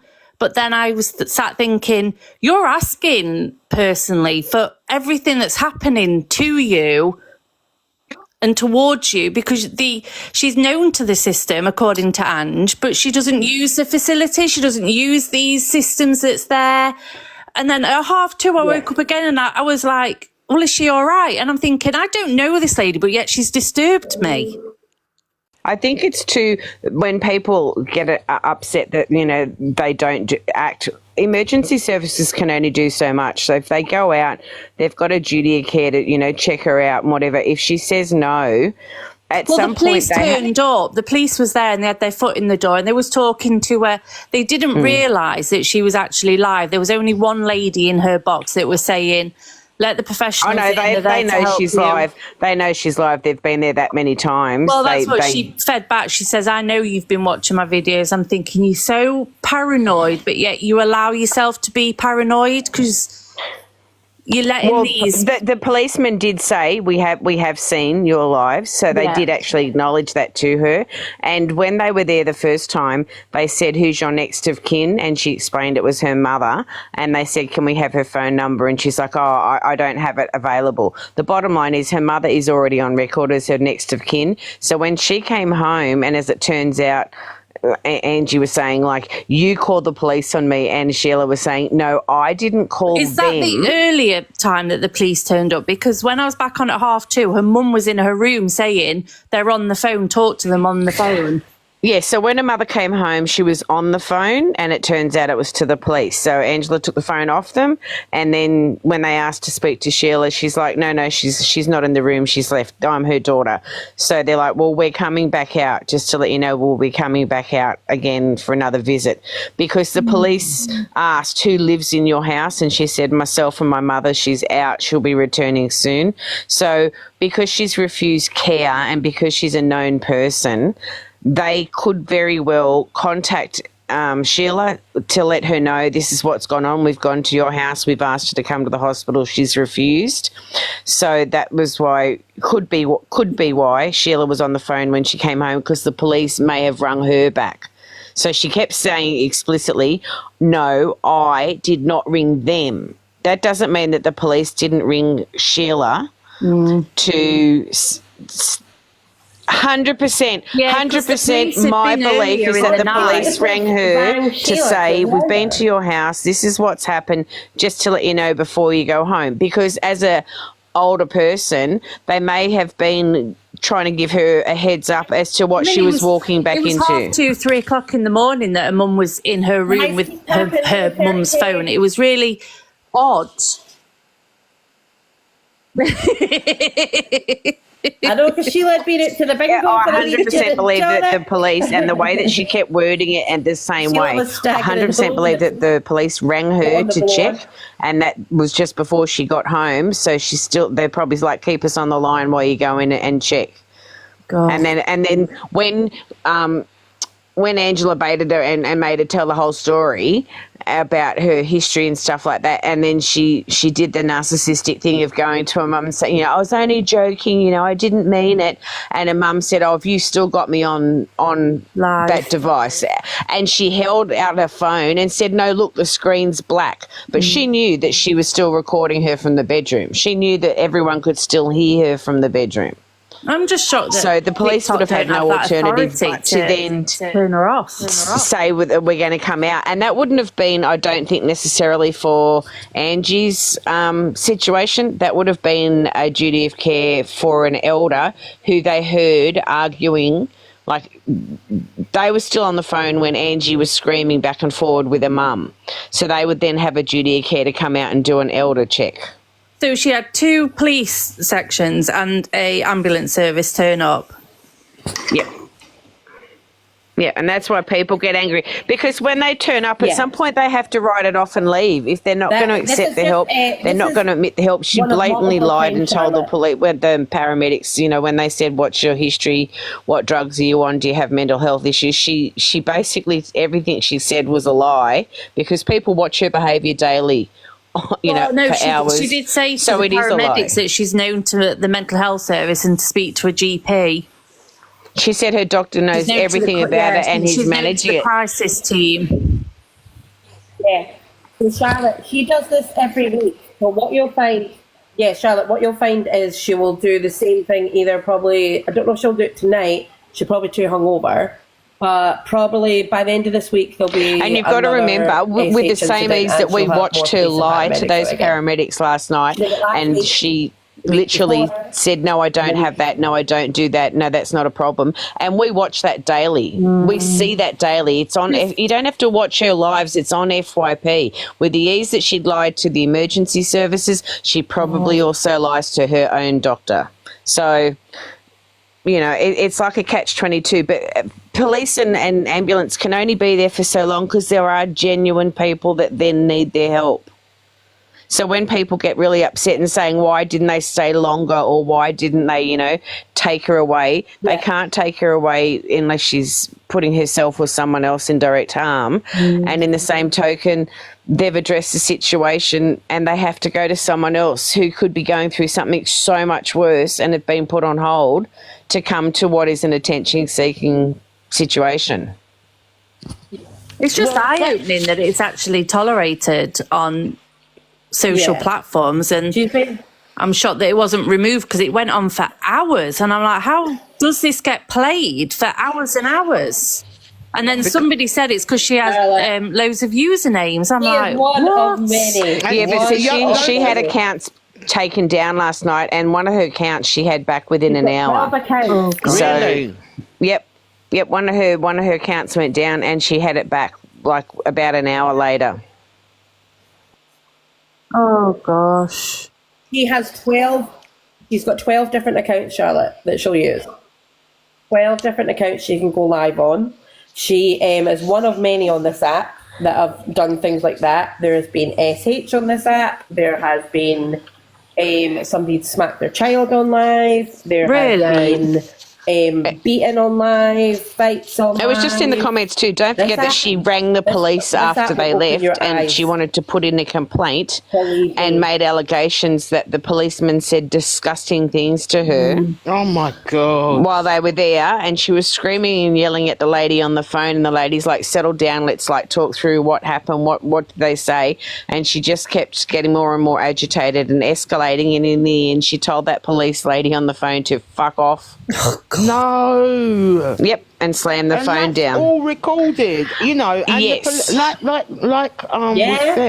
the police are already watching her on TikTok. They're already watching her.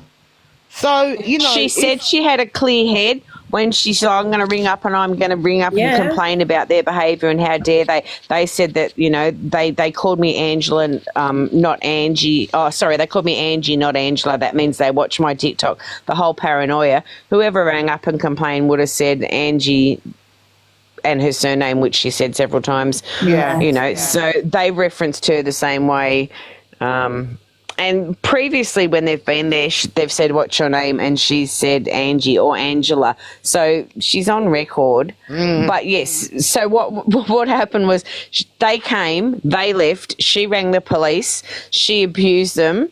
And then when she's like, I want to make a complaint. And the lady's like, hang on, like, stop, settle down. And when she wouldn't listen, and she's saying, listen, the way that you're talking, carrying on, and she's like, you're supposed to help us, fuck off, and hang up. It was the way she was asking the paramedics for ID. I want to see your ID before you touch me. I'm like, you really do live on a knife edge. You really are. No, that's because, you know why, last time and previous times that she's done this and she's been on live when they've come out, people from her chat or her mods have said, just check who they are, make sure they know who they. So yeah, so that's in her head now, that when people come out, they could be people pretending to be, you know, paramedics and whatever. It's all just part of the deflection.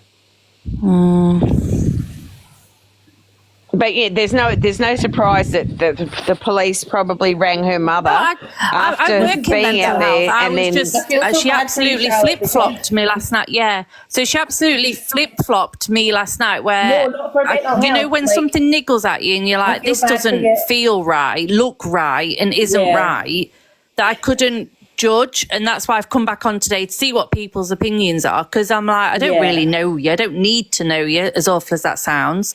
You don't benefit anything from knowing her. But I'm like, is this what social medias are like? I'm 40 years old and I'm like, is this what it's like? Well, that's what I was just going to say, that's why I feel bad for you, because a lot of people come on TikTok thinking, I came on TikTok thinking, la la la la la, this is going to be lovely, la la la la la, I'll get and some for viewers. people, and then for people that say, why is it brought up, why is she talked about so often, Charlotte, no offence, you are the example of why this room and other rooms bring it up. Because when you go, I don't know her, I scrolled across her, and then, you know, you wake up and think, God, I wonder if she saw it. Like, you don't know who these people are, but your brain's then ticking over. So while they have no care or concern, it's literally that effect that they have on people, whether they watch or happen to scroll in or it's past. Because I'd had a genuine nice chit-chat previous week, and then last night somebody was actually recording her live, and I'm like, what's going off? And you know when you get a bit curious about something, you're like, oh, this is a bit of something, I'll just see what's going off, being a bit nosy. And then it like just escalated over the hours. It was just escalating, and I'm like, is someone seriously taking this lady serious? Is she mentally struggling? And then she just started going on, and then police turned up. I'm like, our services really do fail people sometimes. Because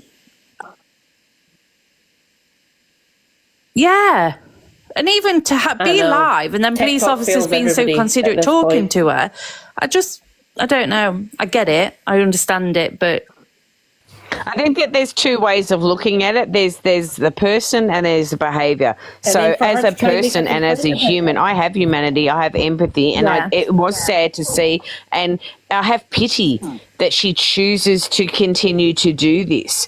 But it's the behaviour that we point out, because it's the effect of that behaviour on others. I mean, I did not realise how much and how often she's live. Oh, like 14 hours plus a day. And it was only when her mum said, you're back on there, are you? And I'm like, whoa, you must be all day, every day, all night. Because even when I checked at 3 o'clock, she was still live talking to a young girl about getting food delivered. I'm like, you really are...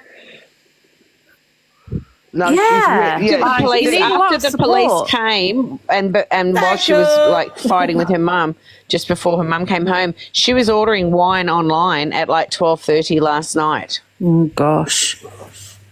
But if she's known to a crisis team, I just couldn't see why the police wouldn't get the crisis team. I was just baffled. Hello, good morning. Can I just weigh in a little bit on the police side of it? Because I've got experience from both sides of it. Can you hear me properly? Yeah. Oh, lovely. I was married to somebody who had a severe issue with alcohol, and trying to get any support from crisis teams and stuff while alcohol's involved is very, very difficult, because many of the mental health services don't want to work with people when they're intoxicated for obvious reasons. And I'm also the mother of a police officer who deals with these kind of situations regularly. And so it's difficult from both sides, because she definitely needs to be involved with services, but while she's drinking and in denial, no one's going to touch her or be able to help with anything. And from a police perspective, there is only so much they can do. Nobody keeps sections in their own home. So unless the police physically see her doing something whereby they can arrest her and put her on a hold, she's in her own home. I know so many people that have been sectioned from their own home. I thought you could be removed. Authorities can remove You can only be removed if you're putting yourself or someone else at physical damage. If you're attacking yourself or someone else, that's the only time. I have seen way less than that. No, and they've been well, they've been put in. Well, I That's haven't, and that's a different subject. I've been on both sides of the spectrum with regards to, you know, a husband at the time who did create a lot of physical harm for themselves, did refuse police services, and I begged and begged and begged and spent many years begging for assistance, begging for help. And in the end, it got to the point where he would be arrested so that then mental health services could be involved. That's the difference. Saying, oh, well, she needs to have a crisis team or a mental health team go in. They won't. She's not doing enough to be sectioned. There isn't enough beds in the UK for a start. She's not doing enough at the moment when she's sober to require for her to be in a bed in a mental health hospital. She's not. She's pissed. She's pissed up. She's doing these things. She's not harming herself when she's sober. She's very lucid. She knows exactly what she's doing until she's 5 bottles of wine deep. And I do think mum enables it a bit. I don't think mum's honest with the police and the ambulance when they turn up. I think she covers up a lot for Ange. I think her mum's scared of her, truthfully. Me too. She doesn't actually ask for help. She's always, I noticed, I only see it on the FYP, but she's always covering. I think that's that codependency thing, but because even back in March, the mum was saying previous call-outs, like social services is saying, you have to leave this house, I can't live with you anymore, the effect it's having on me is just too much. And yet when they go back and forward, and it's not banter, it's baiting. Sheila, in exasperation, just goes, "Oh, go have another drink. Go and get more wine." So it's a codependent. But it's also the other thing last night that I found very strange indeed was Sheila saying, "Well, you know, your dad didn't love you as much as your sister, and you were always my favourite." Toxic relationship. No one says that to a child. That's the point. It's a very strange dynamic. It's such a nasty toxic relationship, isn't it? It's that trauma bond where they they love each other, but then they sort of want to hurt each other. Yeah. And like, I'm not going to lie, like, she said some horrible things to like the mum. So the mum. Yeah, I'm sorry, guys, but when Sheila said that. Yeah, when Sheila said that to her, that was when I was kind of like, "Oh, Sheila, like you don't say that to your children." And especially when she's obviously distressed and also very, very intoxicated. There's no benefit to having any kind of conversation like that at any point, let alone she'd been drinking. The first bottle of wine arrived yesterday morning at 11:23. Does mum start drinking live? Yeah, it was all day. It was by 11:43. That bottle of wine was opened, and Top Girl made a mention of it and said, "And you said you'd wait until 1 o'clock," and she'd already opened the bottle and was swigging it from the bottle. There were more deliveries through the day, and by last night she didn't know what day it was. No. I think, thank you, Mary, for letting me back up. I had to drop earlier because my phone went weird. Someone was calling. Thank you for letting me back up. And you know what? I made a cup of tea and I was thinking about it for a second, like, as in, you know, this is really good that we're able to talk about like the different issues, and that people, unless they, you know, agree, like in Angie's box, it's like, unless you agree with her, she'll just speak over you or get dropped or whatever. You know, echo chambers and stuff. But I think that my main concern actually is for other people. Like, okay, forget if Angie is an alcoholic, an addict, mental health issues, right? Ultimately, we don't know. We can assume, we can, you know, gather the information and say this is what we think. But actually, I do think that actually people need to be mindful of their own mental health now when going into Angie's lives, because what I saw in like a half an hour window was she actually reminded me of a narcissistic person that I know, and I'm not just branding that word around, like this person has got a narcissistic personality disorder that I know. And what Angie does is she's really, really good at gaslighting and manipulation. And so you'll be watching the live and you would have seen something with your own eyes, heard something with your own ears, and she will tell you that you didn't. And I think for any person that has experienced being around that type of behaviour ever, that actually watching Angie is I think that's why I steer clear of her entirely. Do you know what? That is my reason, because I spent 11 years with that, being denied my feelings and everything that I'm seeing. She is really triggering for me. So I don't watch her, but you know, for anybody that's had a parent that's an alcoholic as well, like there's a support organisation called Adult Children of Alcoholics, and what you'll find there is also just support. And I know I mentioned Al-Anon before, so Al-Anon is for friends and family, or if you're affected, it could be a co-worker. If you sit next to a person who's an alcoholic at work for 8 hours a day, they're affecting you, right? So you can go to Al-Anon, but there's also a service called Alateen. So if you live with an alcoholic and you have children in the house, and those children need somewhere to access like a safe space and talk about their feelings, and maybe therapy is not an option, waiting lists are huge and it's really expensive, Alateen is also somewhere that you can go to access support. It doesn't have to be 12-step fellowship either, that there are other support groups out there, but I would just really, like, what I see on the app, on this side of the app, right, the drama talk side of the app, is a lot of unwell people. Agreed. Day in, day out. Do you have those listed on your site, Button Bell? I can. I'm gonna put something on my page actually. I think creators need to add that to the list of services when we put up the helplines, maybe, so that the people that are affected by it can also reach out. Absolutely.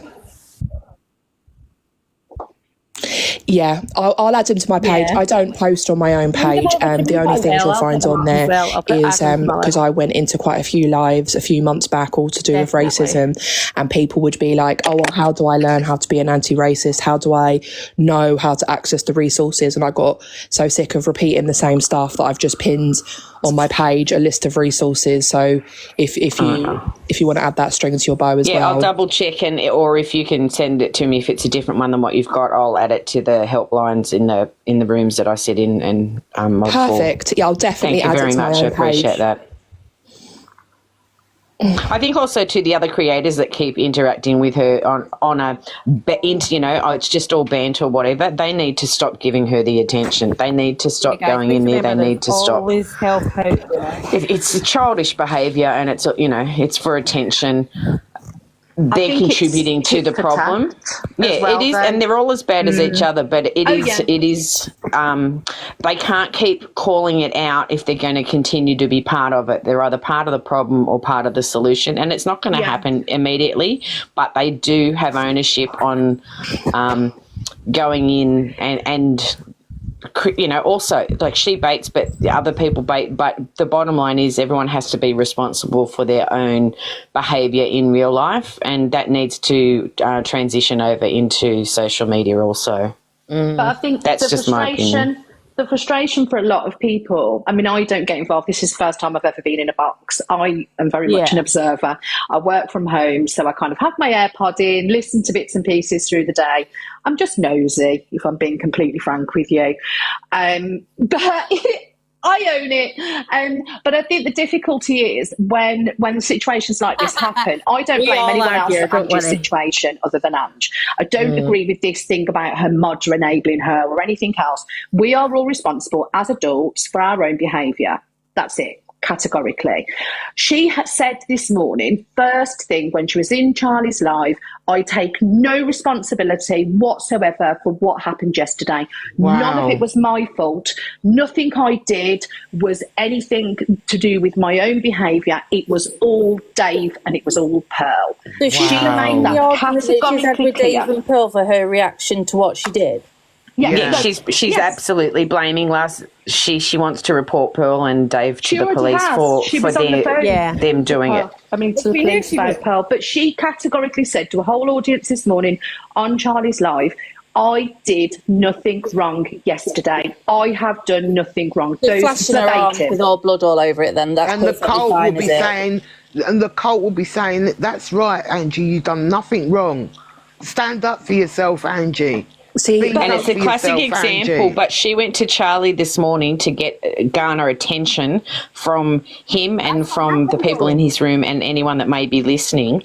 Yeah. This is a man that she has accused of taking to the police, of having evidence of what he's done to her for months on end, and then goes into that same room to garner attention, and not one of him, he was the worst, and other people in that room, not one of them said, no, you need to take responsibility first before you start blaming others.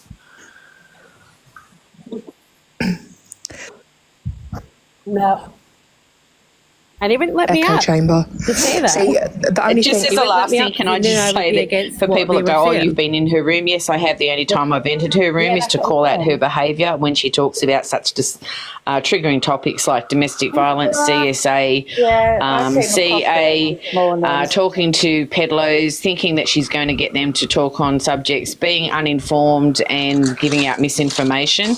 And she loves to screech my name and say, that's Sarah, she hates me. That's why she says what she says. She hates me. I don't hate anyone because, quite honestly, I don't think people I think hate's a strong word, and, I always try to pull apart behaviour from a person. As a human, I can have empathy and understanding for someone else, but they also need to take accountability for their own behaviour in order for that to be something, where they get help for themselves. What I do have is pity. I pity that she's in that position and that she chooses not to get herself help. And I also support all the people that turn up in all the rooms that I am in, who express just how much it affects them, or how they share their story because they think it's relatable and it's thrown back in their face. Because what it does is it stops real victims speaking up. It stops them asking for help, and it really convinces them that people are not going to believe them if they do that. So that is where I come from a personal point of view. I think I don't sit there. I've never sat there. I've never, chatted. I've never bantered. The only time I've joined that room, and you can tell because when I join, everyone's like, "Not her again. Get her out." No. I think it is what it is. Sorry for talking over you there. I'm going to hop off in a minute, but I think with Angie's room isn't about anybody else but Angie. She doesn't want to talk about anybody else. She likes to be controversial, to cause issues, just to have debates and numbers. Very much about the viewers, the numbers, how many people, the platform. Someone stealing my platform. It's all about that. But ultimately, that room is just about Angie. She doesn't care about anybody else's story. Otherwise, it wouldn't be money guns for trauma dumping or anything similar. It's her room, her platform. Agree with that or get blocked or muted. That's it. Yeah.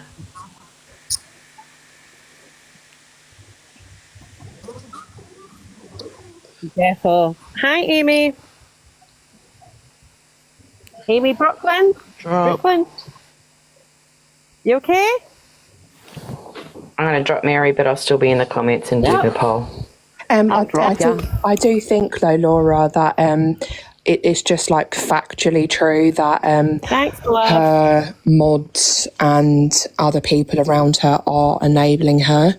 Because if we are all in agreement that she's an alcoholic, then why are people still sending her gifts? Why is her mod in her box lying to the paramedics and the police? Like, why are people not holding, like, listen, the thing that you can do for someone that you care about is hold them accountable. So if these people really feel like they, that they love Angie, they worship Angie, whatever, I think it's kind of sick in a way, this hero worship of her, then the reason they're not letting Mary into the box this morning is because they're all just, nobody is saying to Angie, like, what you did last night, like, okay, it might not all have been you, but like 95% of it is you, like, you were wrong. But she never ever has that from her people. Yeah. They want her. It just goes to show how many badly wired people there is out there. Be up her ass, blow smoke up her ass. Exactly. Because if they actually believe in what she's saying, I don't know if it's like you've dealt with a narcissist or you've been around toxic people that you learn these things quicker and you know their traits. Yeah.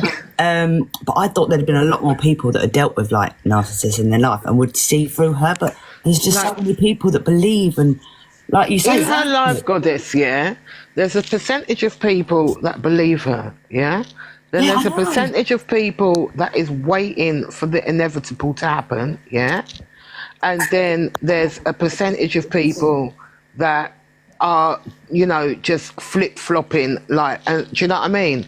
And or just you think it's people coming that across, are sort of or just coming across the live, lives. or they're just coming across the live, and because of what's happening, they're sort of compelled to watch. Do you know what I mean?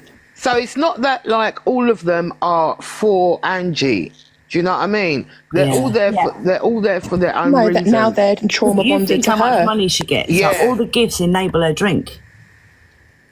That's why she's able to order food and wine at 2 o'clock in the morning. Of course. Because she's just been given another like £200 or whatever. See, the thing is, right, when someone dies, you get a death certificate, right? And the reason for the person's death is written down on it. And there are so many instances where addiction or alcoholism will not be written down, because I tell you why. Angie might not think, anyone that has lived with an alcoholic or knows an alcoholic knows that it's a really long, slow death, right? It's like, it doesn't happen overnight. Cirrhosis of the liver, liver failure, delirium, it's a horrific passing, it's horrific. Yeah, exactly. All of this stuff, this is what alcoholics have got to look forward to if you don't get help, right? But the things that are not written down are to the shop and she accidentally steps out in front of a bus, or she gets knocked over because of, I had a friend that fell backwards off of a balcony, right? And actually, so it's not what she can lie to her people all day long and say that she's just a binge drinker. But it's if alcohol is causing you issues in your everyday life, then there's like a really big problem there that needs addressing. But whoever it was that said, I think it was Laura who dropped, that she's already saying, I take absolutely no accountability. What I will say there is, I can tell you categorically, if somebody is saying the next day that they take absolutely no responsibility, then she's basically not done yet. She will keep. She's not at the bottom at all. No, her bottom is going to have to go lower. It's going to have to go lower. And the thing is, guys, she is, we all know how calculated she is. Those of us that have seen a lot of her know how calculated she is, what a narcissist she is. But there's also another thing. There's alcohol dementia. Very soon, if she's not careful, there's a possibility she won't even have the coronas, the marbles, to even be the narcissist she is. Like the mum last night said that she had left the back door and the front door open. Yeah, exactly. So you're putting yourself in danger daily. Yeah. My jaw was open when I heard that. I was like, oh my God. The difference is with my mum. What happened last night? Did it kick off last night? Because I fell asleep. Baby, yo, you are so late. Who's going to update it, baby? Hey. No, I'm so sorry. Well, Mama G, I literally, after your live, I was already in bed. So you've had a busy couple of days. Mary Motormouth, you know how to explain it in compact. Go. Nothing. Go. Nothing. Yeah, so basically, what bit did you see up to, baby? Or did you not see anything? Oh, so basically, Angie was on live as usual, doing her usual bit. She came back on and had SH'd again, if she had SH'd. And she said it was because of what Dave and Pearl said to her, blaming it on them. So then the police and the ambulance show up yet again. We know. So she was talking to the police. So the police were basically saying to her that she was asking them, do you watch me on TikTok? Do you watch me on TikTok? And the guy was like, well, yeah, we've obviously seen you on lives and stuff. And then the police left. And then she was like, why are they watching me on lives? They watch me. They know what I'm doing, blah, blah, blah. And then the paramedic showed up. The paramedic was like, look, what's happened? And she's like, I've like SH, but my doctor deals with it. I've got a mental health team. They all deal with it. I don't need you here. And she's like, well, have you taken anything? And she was like, do you take any medication? She's like, yeah, diazepam. She's like, have you taken it today? And Angie was like, no, I'm not telling you. I don't have to tell you. And she was like, well, I'll just look up your medical records. And Angie was like, no, I don't want you to look into my medical records. And then she was like, I need to see your ID to see if you are a paramedic. Like, just being total awkward as fuck. Yeah. So then they were just like, okay, well, if you don't want help, basically fuck off. And they left. So then when they left, Angie decided to phone the police back and lodge a complaint against the policeman, because the policeman said that she watches her on live and everything, and he shouldn't know who she is, and he shouldn't be calling her Angie because her name's Angela. So when she phoned the police back, the policeman was like, okay, well, what's your complaint? And then she was like, oh, like shouting that, and the policeman was like, well, could you please stop shouting down the phone at me, because I'm here to help you. I need to know what your actual complaint is. And then Angie was like, oh, well, fuck off, and then hung up the phone. I know. Well, no, and then Angie said fuck off, and then basically just hung up the phone. Mm-hmm. So then she's just talking shite, and then Sheila comes in. Big Sheila, after being at the bingo, she's a bit wasted as well. She comes in and she's on the phone to the police. So either she's called them or the police have called her to warn her about what's happened. And then Angie was like, Mom, you phoned the police on me, and blah, blah, blah. Because the policewoman said, oh, see, we've already been out to your house. One of your family members called. So somebody's called, either claiming they're her family member, or Sheila's called the police on her. And she's like, why did you call the police on me? They're going to come back out, and blah, blah, blah. And then there was back and forth between her and Sheila. She was being really nasty to Sheila. And she was making Sheila like trauma dump. She was like, my dad cheated on you. Your mum put you in care. Your mum didn't want you. She put you all in care. And she's like, is this what you want, Angie? You want me to tell everybody about my family? She's like, my mum had 7 children. She worked 40 hours weeks, so she couldn't cope with us. So she had to put some of us in care. And Angie was like, yeah, and then you cheated on my dad and all this stuff. And then Sheila was like, oh, come here, just give me like a hug. She's like, this is all because your daddy didn't love you. He loved your sister more. And she's like, you're my favourite. You were my favourite daughter. You were my favourite daughter. I loved you more. And then, yeah. And then Sheila like went to bed, obviously locked the door and stuff. And then I fell asleep. But then I think she was in Canadian Angie's boxes, basically blaming Dave and Pearl for everything. And then she was doing her usual drunk dancing about pretending like nothing's happened. She ordered wine about 12 o'clock again at night. Got more wine. Oh my fucking God. And yeah, was just basically doing her usual. And then this morning, she came on Charlie Fairy's. So Charlie Fairy had a live and she was in there. She came on saying, I'm taking no responsibility for anything. Nothing's my fault. And he had all people in the boxes blowing smoke up her ass. Yeah. So I tried to get in the boxes and somebody went, oh, Mary Mortimer's trying to get in. And he's like, oh, I'm not letting her in. Every time she obviously drinks, because he knows I'm going to come in and absolutely rip the shit off her. And he wouldn't let me in the boxes. Exactly. So he was basically just letting the enablers in the boxes and saying it's not her fault. We're caring for Angie. We're here to find out why she's done this. And ambulance and police going out and the retaliation from Angie. I don't understand how they're not taking her. I don't. And the way she speaks.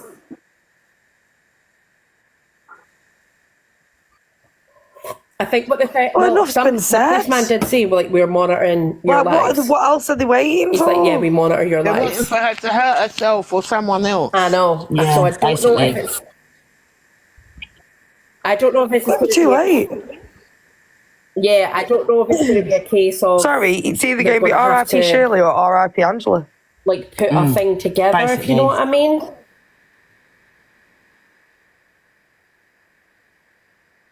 But their relationship's so weird. Who says that? Hi, Jake.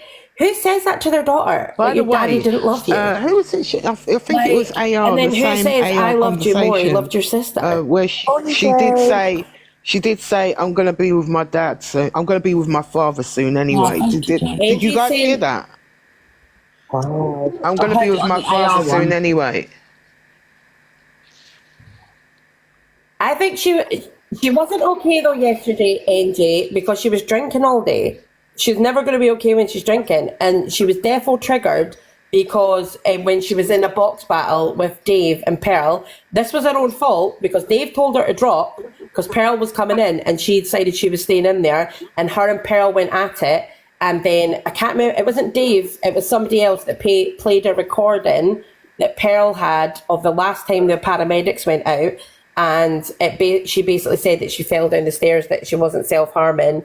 And it was basically proven that she hadn't self-harmed. So that's what triggered it off, because her and Pearl went at it and they were playing videos of her. Wow. And she basically came on and said, Didn't well, they say I don't Dave self-harm. yesterday as well out her for lying about having cancer? What? Wow, I didn't know that one. I don't think it can get any worse. Yeah. Wow. Oh yeah, sorry, I forgot to say that, guys. Yes. So they were basically in a four-way battle. It was her, Dave, Hustle, and what's the Irish boy? This Irish boy, Danny. He's like a mouthy one, or is it Joe? I can't remember what his name is. So they were all in a four-way battle. And then they were all basically ripping the back off her and proving everything that she'd said as lies and stuff like that. James. It was James Ozzy. And they basically outed all the shit that she'd said. Oh, and James. Proved that it was lies and stuff. So she was getting annoyed. And then Dave was like, oh, we're going to drop somebody for Pearl to come in. And nobody would drop. They were like, oh, nobody's going to drop. So eventually, I think Hustle dropped. And James... brought Pearl, Angie and Dave into it. Pearl and Angie went at it and they basically played that recording. So Pearl and Angie went at it and then Angie dropped, and then they played that recording of Angie basically telling the paramedics that it was a scab on her ankle and that she hadn't that she'd just fallen down the stairs, that it wasn't SH. And then that's obviously what triggered her. So she then went off live, and then when she came back on, she obviously was like, this is what they've made me do. She also, Margaret's just reminded me, knew that was she happen. also offered Pearl out to have a fight in the ring. It's supposed to be happening in December. Oh, wow. Nah, 'cause I want for Pearl. I swear down. She was saying, I'm going to knock your block off, Pearl. And she was putting it out there until Pearl put a quick post up saying, listen, Ange, I heard you've put it out there that you want to fight with me in the ring. So, which is organising with blah, blah, the roofer is doing something. And on the 19th of December, we can do it then. Boom! Can you imagine the heights? She's like, I'm going to knock your block off. I'm taller than you. I'm bigger than you. It was crazy. Meanwhile, people were saying, this Pearl's had 7 years of boxing. Pearl's done 7 years of boxing. Do you know what I mean? Pearl would muller her. I'm not being funny, but Angie Pearl is from the gypsy community, right? Yeah, she would muller her. Honestly. Absolutely, yeah. It's got nothing to do with size or anything. Look at Tyson. He's a short ass and he beat everyone. That's what I'm thinking. What's she thinking just because she towers her? Yeah. She said she used to box. I don't believe anything she says. Yeah, but she says she used to box, but then when Pearl took up the offer, she then turned around and goes, well, they say that Pearl's had 7 years of boxing and I haven't had any, but I've been arrested by the police more than 10 times for fighting. That's what she was saying. Wow. Before...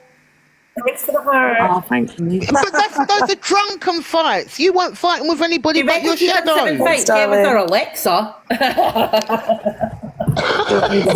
That's what I mean. The most she's fighting with is a fucking pillowcase. Well, it'll be a good night out anyway. I don't like Pearl. Let me tell you something. I don't like Pearl either. Me can't stand her. I would love to see that woman I would pay slap money. the hell out of Angie.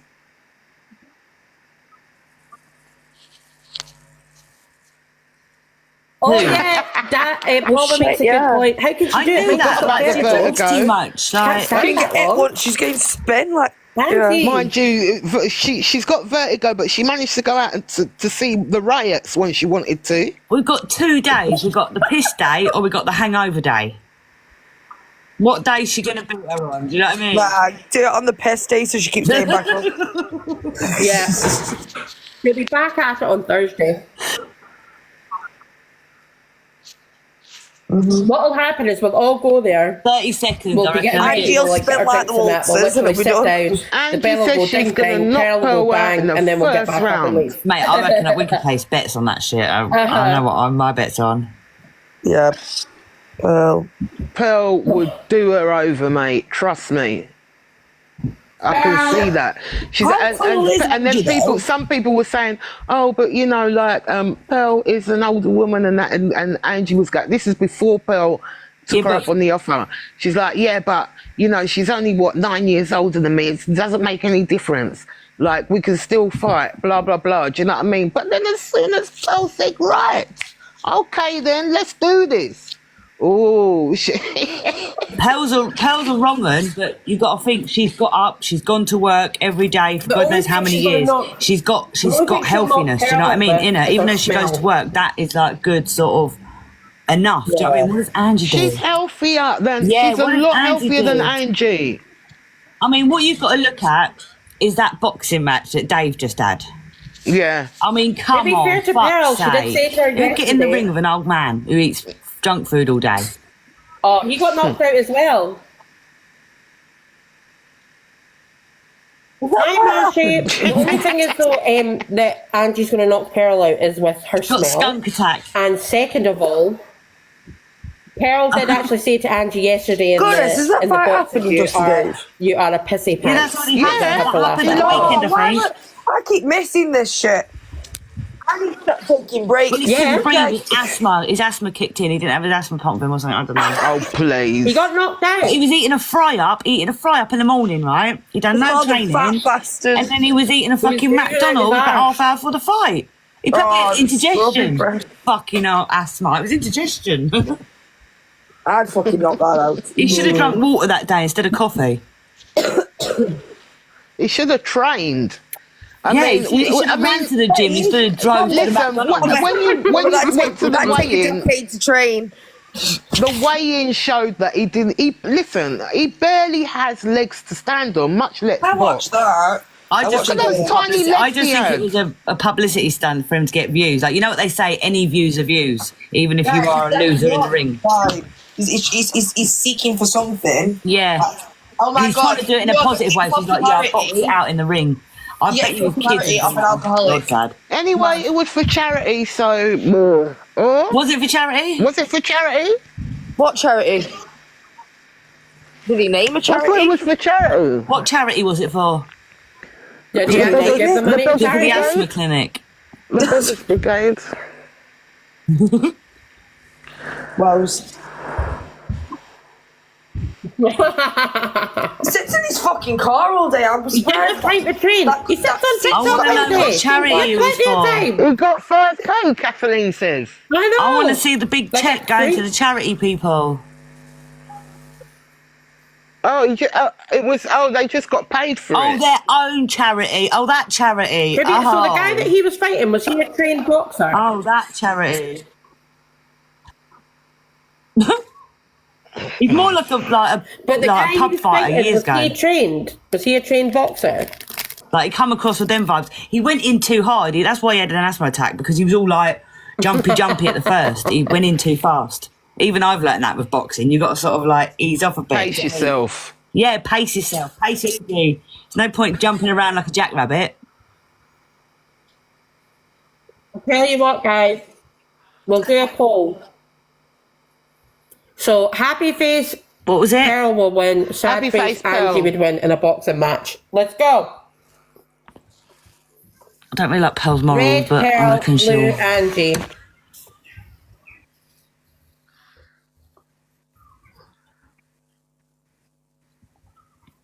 Oh, yeah, I knew it wouldn't last long, you know, their friendship. In a fight. Me too. It was just a matter of time. I reckon would take her.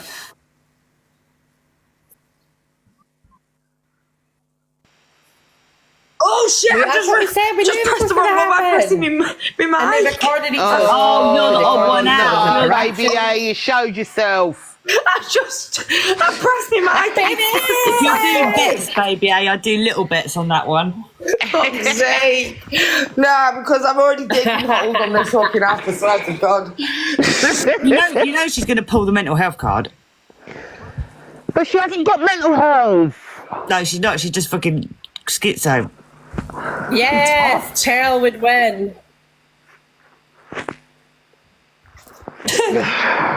She'll be like, what them things that the kids have got? Is she looking at referee? I don't know, I've only seen her arm. Have you seen Sheila as well, by the way? She was on her camera last night. She was quite glamorous. Like Sheila actually watches. Poor woman. Imagine, listen, yeah. What the last time before last night, I heard like Jamaica, mum ranting at Angie. She was complaining about, you know, how the rubbish has all gone down the street and the towels are all dirty. Now, and I was thinking to myself, oh my God, the poor mother has gone to use one of the towels, and we've all seen that this woman has used the towel to wipe her batty crease with it and just left it up there. Mum's gone to use it after washing her face or something and just wiped her face in her daughter's ginger and tea. Oh, I feel sick. Do you know what I mean? Like, I'm thinking all these types of scenarios and that.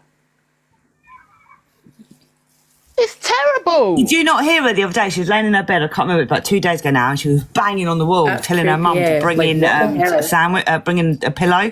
Oh. And her mum wouldn't listen to her, so she rang her on the phone, bring me in a pillow. She went, Mum, are you hungry? Are you hungry? And her mum was like, no. And she's like, you sure? I'll get you something to eat. And she's like, oh, go on then. And she's like, nah, fuck off. Put the phone down. Oh, no. She's appalling. She's appalling. And then she was still like banging the wall going, bring me my pillows now. I was like, what the hell? And then she screamed at her, you didn't shut the door. Then she banged on the walls. You got to shut the door. Then she rang her, come back and shut the door. She was appalling. Because obviously I get triggered. I'm like, oh no, it went on. She's like, you didn't shut the door. Come back. I feel all exposed. Oh, for God's sake. And then she rang her and then she screamed and screamed and her mum came out and said, stop carrying on. And she's like, you left my door open. It went on for about I think at 20 this point, minutes. for me, have you seen them jet washers on TikTok? I think for me at this point, I would just be Sheila and I'd be in there with the jet wash, just like, shh. I just quickly also joined to say, you know, with the boxing thing, does anyone not remember that when they weren't friends before they were and they were going at each other, they were going to have a boxing match then, and as it came about a week, I think it was, up to before it was due to happen, Angie claimed mental health issues and Pearl's like, that's it, I'm out. There's no way that I want to do that. But Angie was all big talk for weeks and weeks and then went, oh, no, you know, I've got mental health issues and I've got vertigo, so I don't want her to punch me in the head. So, and Pearl's like, that's it. Like, I am not being accused by anyone of doing that. And then next minute they were besties. Yeah. So it's like rinse and repeat. We've been through this boxing thing before. Everyone's like, oh my God. I'm like, this literally is like nearly word for word from the last time. It's like two of those cartoon characters, you know, that box the air in circles but never hit each other. I tell you what, right now, on this live, hey mate. Guys, on this live right now, whoever's screen recording this, whatever Angie's little minions, go back to Angie and tell her I will give her £5,000 in cash if she has a boxing match with Pearl. She still wouldn't get £5,000. I'll pay it. Even if she wanted to, she gets see in what? that ring. By the time it comes round, because he's supposed to be in It's supposed to be in December. It's supposed to be in December, Baby, yeah. I know you And like, I don't want to even see if that. she wanted to be in the ring in that December date, yeah, the alcohol will not allow her. It won't. No. Even if she wanted to. I don't want to happen. That's why I'm giving her $5,000. That's what I'm saying, mate. I will give $5,000 to Sheila to get in a ring with There you go, baby. Just put the 19th of December in your diary just in case one of them pulls out. The 5K. I'm going to do it for free because Sheila, I get the enjoyment time to listening. this.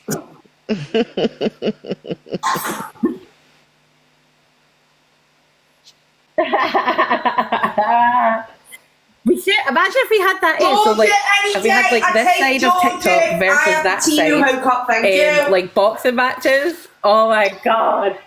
Team Robocop.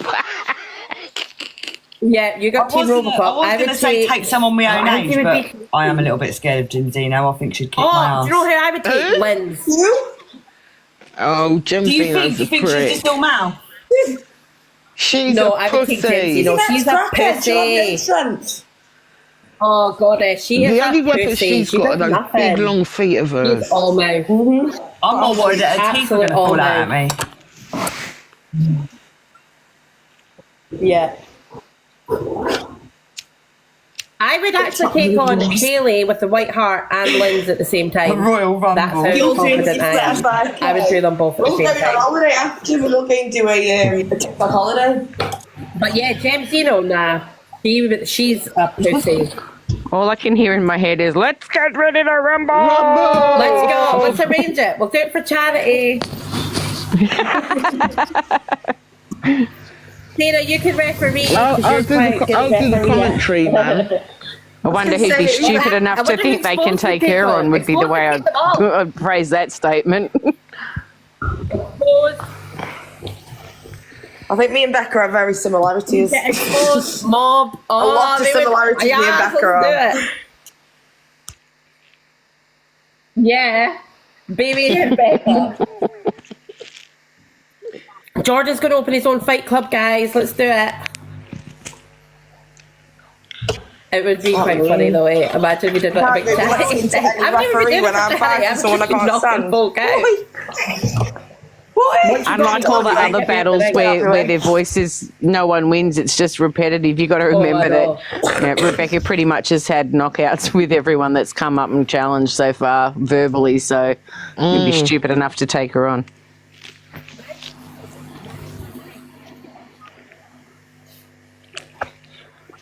My thing is though, like mine's is like if you irritate me that much, like I just get like a red mist. See, I'm lucky. I grew up with an older sister, so we were always scrapping. So I kind of have got a few sort of little because I can't. You know what I mean?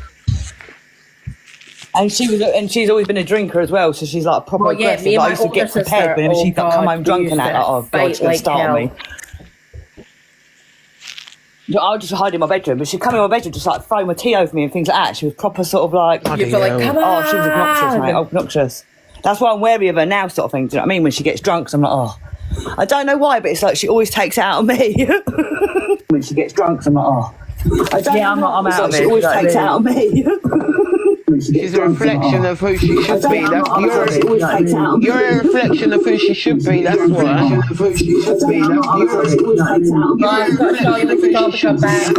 Scottish girl.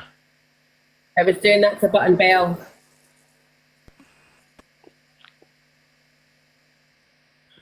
You need to drop and come back, please. I hate it when it does that. Is it now? Try it now. Yeah. It's mad, isn't it? It's so annoying. Mary, come out and fight me! Angie's boxes, like having like a tea party. I'll fight you for a favour, Jimmy. It's me and Scottish dolls. Let's go! Scotland to one, bye! I'll fight you for freedom. That's death.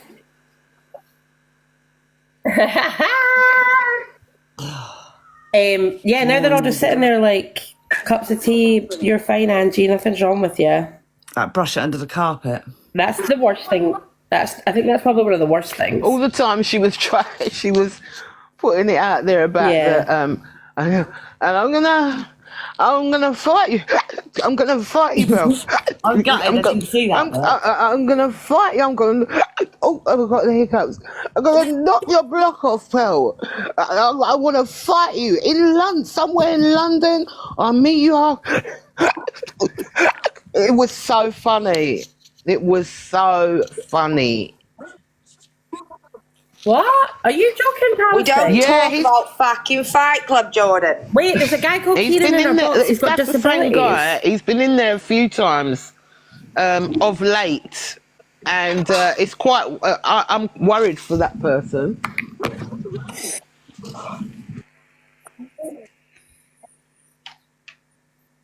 sound so young. I don't like me, Karen. Sorry to speak. Yeah. Hey. Yeah. This is one thing a minute. So basically, he's been on Pearl's light. This is what I've gathered from Angie's. Pearl has dragged him into it, but Angie is also dragging him into it by continuing the conversation. He's been in there for a good, like, at least maybe 5-10 minutes now. But Pearl said to him, Angie's modded him, which I don't think is appropriate anyway. He seems vulnerable to me. And Pearl said to him, Angie's only modded you to because she feels sorry for you. So now they've been... This is really not like sitting well with me at all. That's that into it. Like, he's clearly vulnerable. Yeah, definitely. That's like I said. Yeah, I feel worried for him as well. And he's up there, and he's been modded by Angie. My thoughts only. He's been modded by Angie because one, it's a good look for her. When she turns around, if somebody turns around and says, you know, she can say, well, I have this person in my box. You know what I mean? Like, you can't tell me that I'm this, that, and the other. And on the other hand, you know, to the people that are for her in the comments, it's like, oh, see, Angie is a good person, really. And, you know, the gifts keep coming. My thoughts only. Yeah. No, I agree with you on that completely. It's performative. And also, it's not. If he asked to be modded, she should have.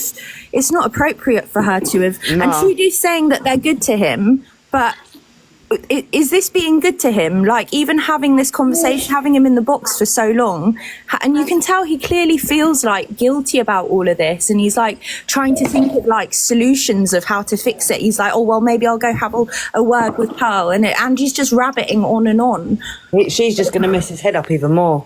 Yeah. Like, he's probably, well, you can know he's going to be confused. Like, and that's just going to sort of, that's so sad. Right, guys, I've got to jump down because I'll go and get my little one from school. All right, darling. But thank you for having me, guys. See you later. See you later, Mama G. See you, love. Big respect to you all. No problem, Goddess. Thank you so much for coming up. You're welcome anytime, my love. This is disgusting. What the fuck? That's a pure statement I'm of going to go using mental. and abusing. I'm literally going to go mental. I added him in her comments to ask him if he's got like a caregiver or family member nearby, because I don't think they know these conversations are going. Do you know how old he is, Palestine? I'm not sure. I think he might be in his 20s, and I don't know for sure. But he to me, voice wise, he sounds very similar to someone I know with cerebral palsy. On that age range, yeah. And so I think, he's 21, but I don't think mentally. He'll be still at home with his parents. So all I'm thinking is obviously, like, some obviously stay home with the parents, don't they? Or some at an age get a carer, don't they? And they go on their own journey. He's wheelchair bound. Okay. Yeah. Yeah, well, he's an adult. He's an adult, and if it's cerebral palsy that he does have, then you know, he's making his own decisions at the end of the day. Because you know, cerebral palsy does not. It's not a brain thing, so he's making his own decisions as a man. I'm so sorry, Mrs. A. I will definitely say that wheelchair user going forward. Yeah. My thing is more the fact that actually does. Even if people that are friends with her and Pearl, she's now, do you know what I mean? Like putting them in a position. Yeah, he's a grown man and he's making his own decisions to be. Yeah. Do you know what I mean? Cerebral palsy is a physical condition, so like you know, sometimes it can go hand in hand with. He just came across a little bit younger to me mentally.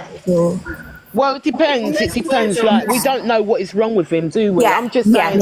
I'm coming from the angle that if he does have cerebral palsy, nobody should be looking at him like, oh, you know, like he's got mental health issues, because it's got nothing to do with mental health. Yeah. Most people with cerebral palsy are doing their thing and living their life, and very, very well talented. Yeah.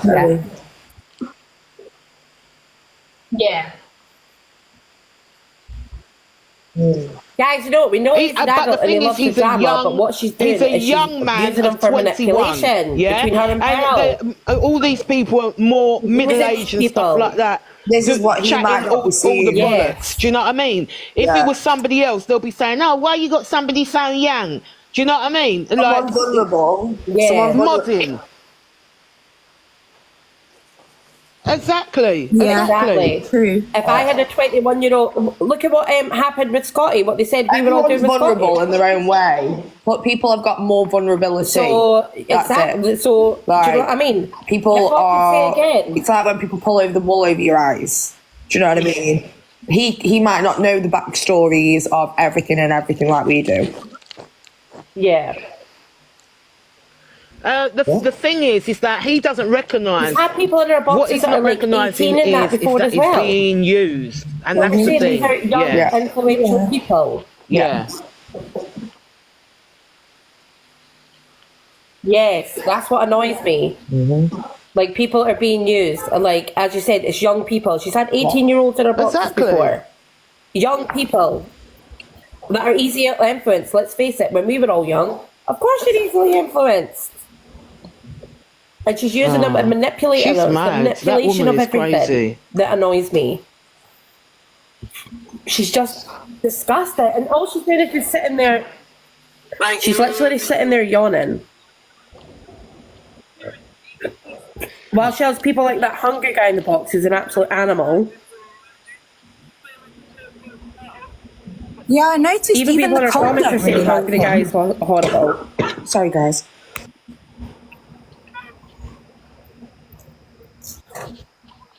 Now, I could be wrong. I just felt like he sounded a little bit uncomfortable, like when he was speaking about this today. It's probably because he wants to please the pair of them. Yeah. You know, like it's very bad for them to put him in the middle of their pettiness. And it's just a lot of people don't know. They're two fully grown adult women. And you've got a 21-year-old in there and you're trying to manipulate him into the opposition. Pearl, you then turn round and try and make him feel bad about himself by saying, "Oh, she's only letting you in because she feels sorry for you." That's terrible. That's a horrible thing to say to somebody. Has anyone asked him that, Mama? Say that again? Has anyone asked him that question?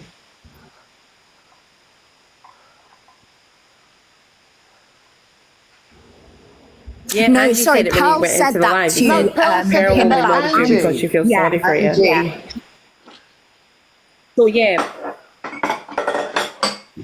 Oh yeah, sorry. Wait, I've got it here. So basically, Kieran came in and asked Angie if he made him mod out of sympathy, and they asked if Pearl told him that, and he's just said no. But that's how he took someone's comment. Others are saying this morning. Claire Duffy said it. But Angie's running with that. It was defo Pearl. Kieran ignored Pearl. He should then. Kieran is now saying he's stressed out, but Angie and Hungry Guy are still questioning him. Like I said, he is a man now. He's got the choice to drop.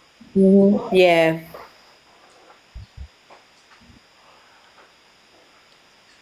So apparently, actually, Kieran was in Pearl's live, and Pearl said to him, "Well done for getting made mod, and that he's always welcome to go on her platform, regardless of him being Angie's mod, and that he should just go where he feels comfortable." Right.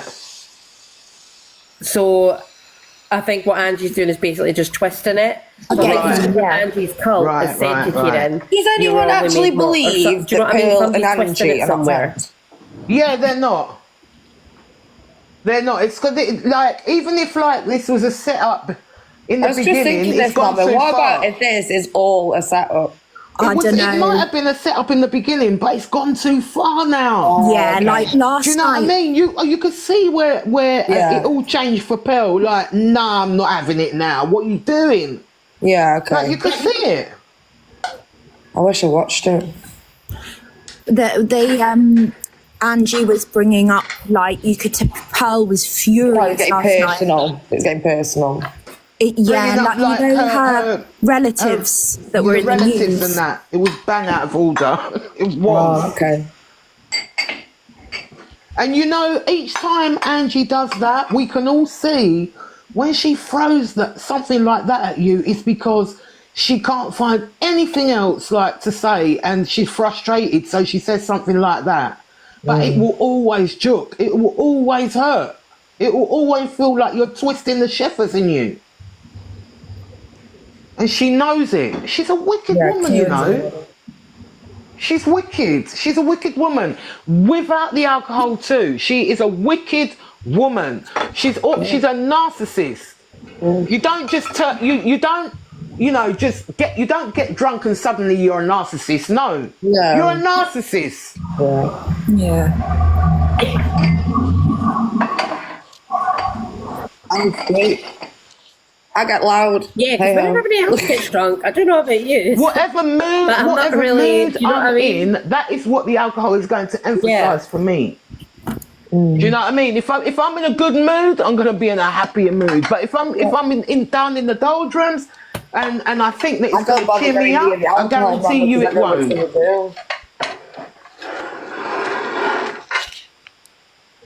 Oh, that's cool. Oh, I like that. Jordan just made me a new picture. I don't. I love it. Yeah, like, if I'm in a bad mood, I ain't drinking because I know what I know, Mama. Like, the fact that it's just sitting there. If I'm in a good mood, good things are coming from it. Yeah, yeah.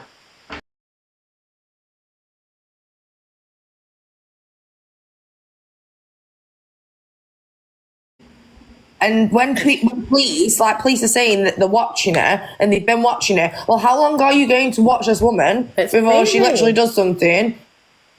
It's going to be someone else's fucking life dependent or her own. That's what they are waiting for. That's what they are waiting for something to happen. I don't reckon they're watching her in between. I reckon what they meant is probably they are getting...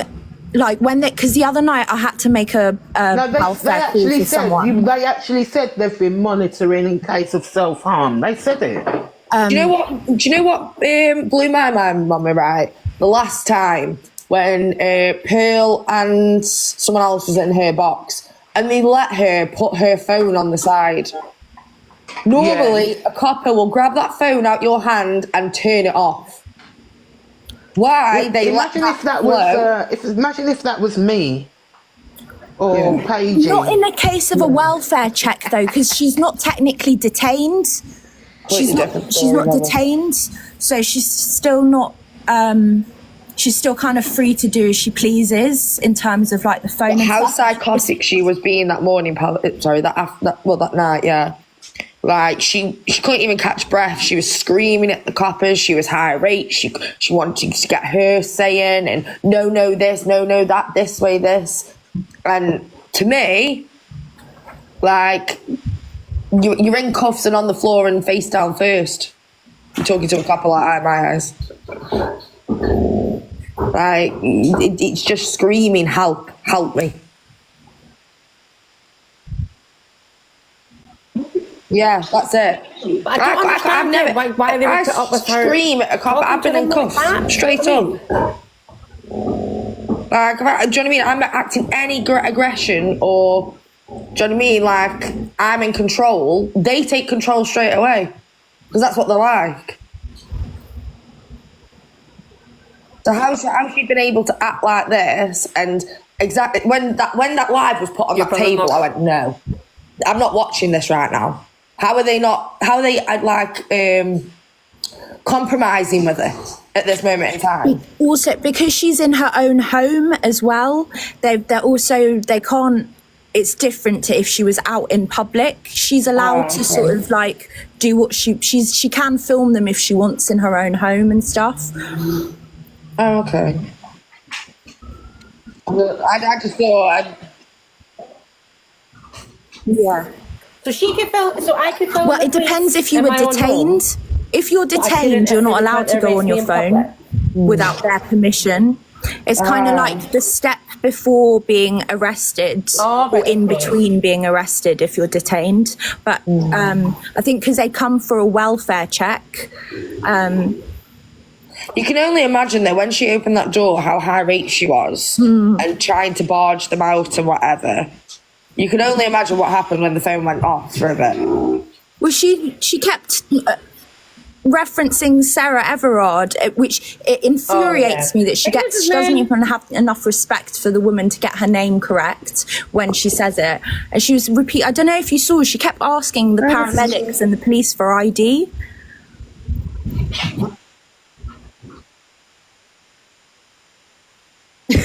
Yeah. I love that she asked the paramedics for ID, like, no, just hand me about this medical bag and drive about in an ambulance just for the crack. Just so I can get into your house with a piss-stained tramp. My ex is a paramedic and they genuinely don't carry ID with them. Like, they're sort of... They don't. It's true. They don't have like you know how police have a warrant card. Like that's not, the paramedics don't have sort of like an official paramedic ID to show them. Like they have an NHS like card, like same as, but it's not. I don't know what she wanted them to materialise. They just have a badge number. In a uniform, out of an ambulance van. Out of an ambulance. What do you want? Like, hello? Who's going to go that far just so they can get into a piss-stained tramp's house? Yeah. I just want to get into your bedroom and smell it. It's so true though. Like, really? I'm just going to show up here with my medical bag. Piss-stained tramp. Oh, hi, sorry, I just it fell on me, my phone, I didn't mean to. Okay, thank you. Bye. Oh, no problem, my love. I'll drop you. Yeah, I always call her a piss-stained tramp because she is. I know, just driving around. Oh, what can we do? What house will we hit as paramedics? Let's go straight to Flanders. My mum lives in the same borough as her. Like, my mum struggles with her physical health. Like, thank God, not regularly anymore, but there was a point where we were having to call her ambulances regularly because of her physical health. And that, and also she wasted so much of their time, like asking for ID, that they could be working on that job during that time and then move on to another job. She's taking up that, especially in that bit of London, the resources are so stretched. They've shut down all the police stations. They've closed down all of the A&Es over the past 10 years. Like, it is a joke. Like, the areas that the A&Es and the police stations there have to serve are massive. And she's just hoovering up resources. And it's not like there's other stuff, like, it's not a posh bit of London. There is crime out on the streets. Yeah, I was going to say, so, because London obviously don't have a lot of resources. You just made me think, like, trigger warning, guys, like, but my partner had to wait for the second ambulance to come because the first ambulance what came didn't have the resources on. Busy somewhere else. So I had 5 paramedics here before we went to the hospital. But we had to wait for that second ambulance because the ambulance what came didn't have the resources on what we needed at the time. So yeah, I can't even imagine what that would have been like. I'm so sorry. The government fined like 10 billion and more to put into this war. Sure.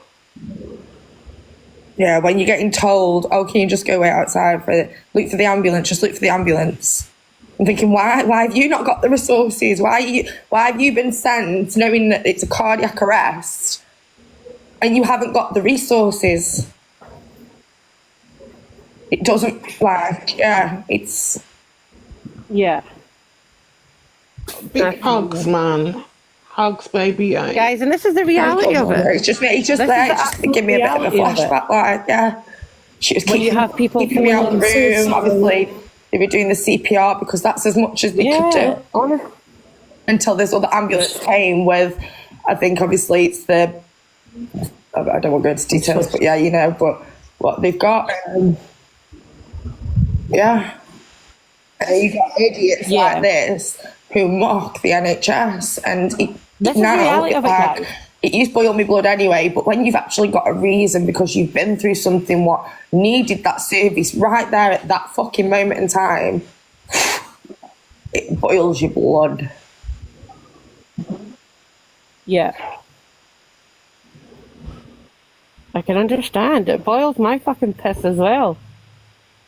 Like, this is what I'm saying, guys. This is reality of what Angie's doing. This is the reality of what Ames is doing, what these people are doing, and the people that call them for them. This is what you're doing. You're taking time away from people that actually need it.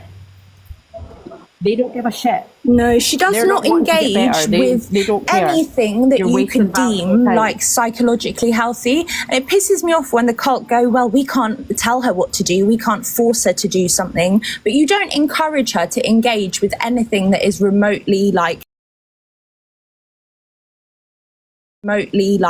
healthy for her, like psychologically whatsoever. Oh, they'll engage you with a fucking stereo or a bottle of wine, though. No. But they won't engage her to do things for, like, say, take a bath, go brush your teeth, go be nice to your fucking mother, be a normal human being.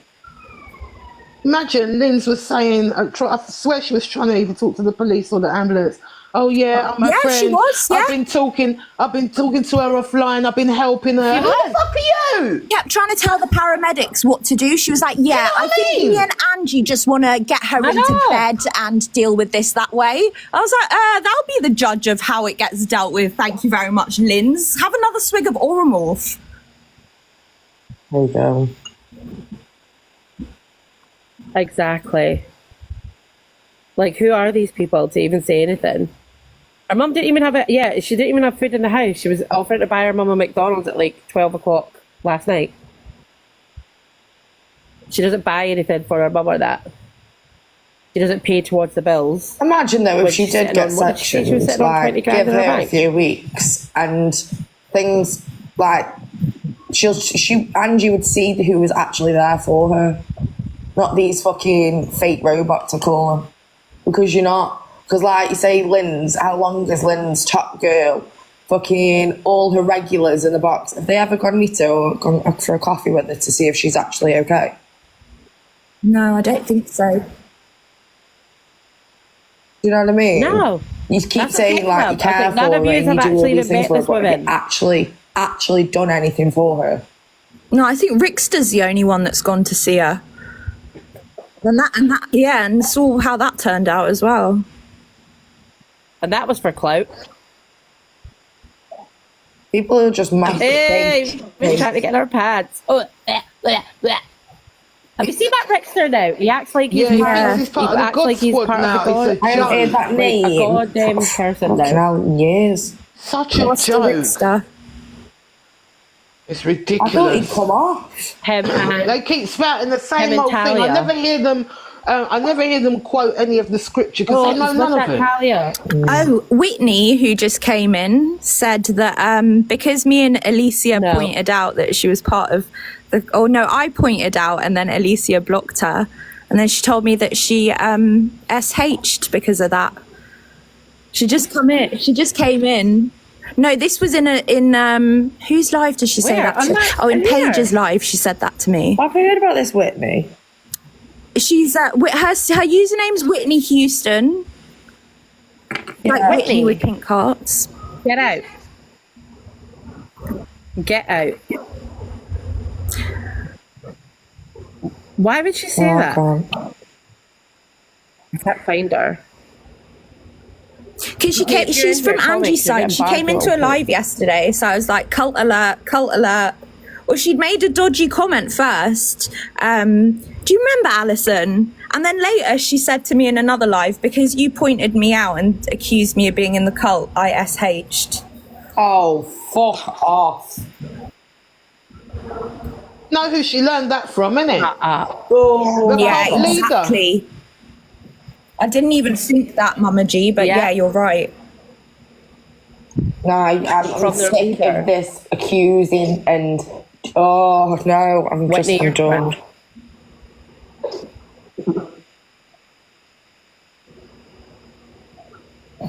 She's always saying dodgy stuff, is she, Alison? Hi, Diane. Yep, using SH to manipulate. That's what Angie does. No, that's what they're all doing. They learn from their leader. It's absolutely disgusting. And the fact that they just throw it around so casually. Yeah. Like, SH is huge, guys. It's like, when you SH, it's it's something, well, for me personally, that you were ashamed of. Something that was hidden. It was something that made you feel more not normal, if you know what I mean. As well, when there's a good fucking reason. And I did it when I was like 18. No, that's what I mean. I would never want to put it on anybody's shoulders. Never. Like, I still live with the guilt of that. Like, if that when people in that found me.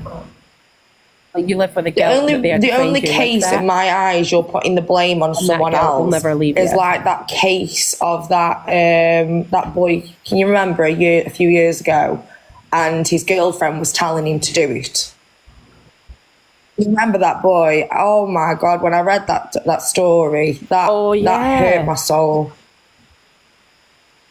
Yeah, she was telling him to do it. Have you done it yet? And yeah, she was actually saying to do it.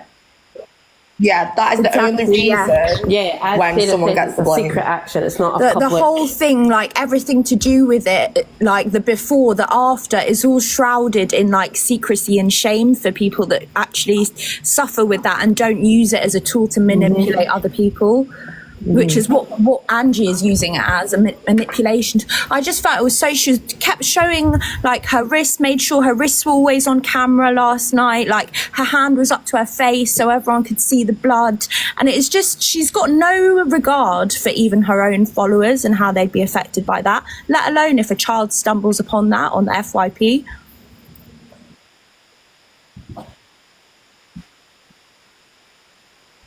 Exactly. And by her doing that, she's showing to everybody that's watching her that if you do this, you're going to get attention.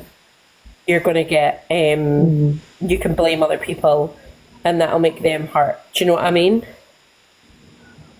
Her niece that she mentions all the time. She's teaching the kids. This isn't an example. She keeps going, when people say, respond to her or retaliate to her. Her niece that she never sees, yeah? Yeah, she says, well, my niece could see the things that you're saying about me, but your niece could easily see not only the things that you're saying to her grandmother, your mum, but also Alexa, stop.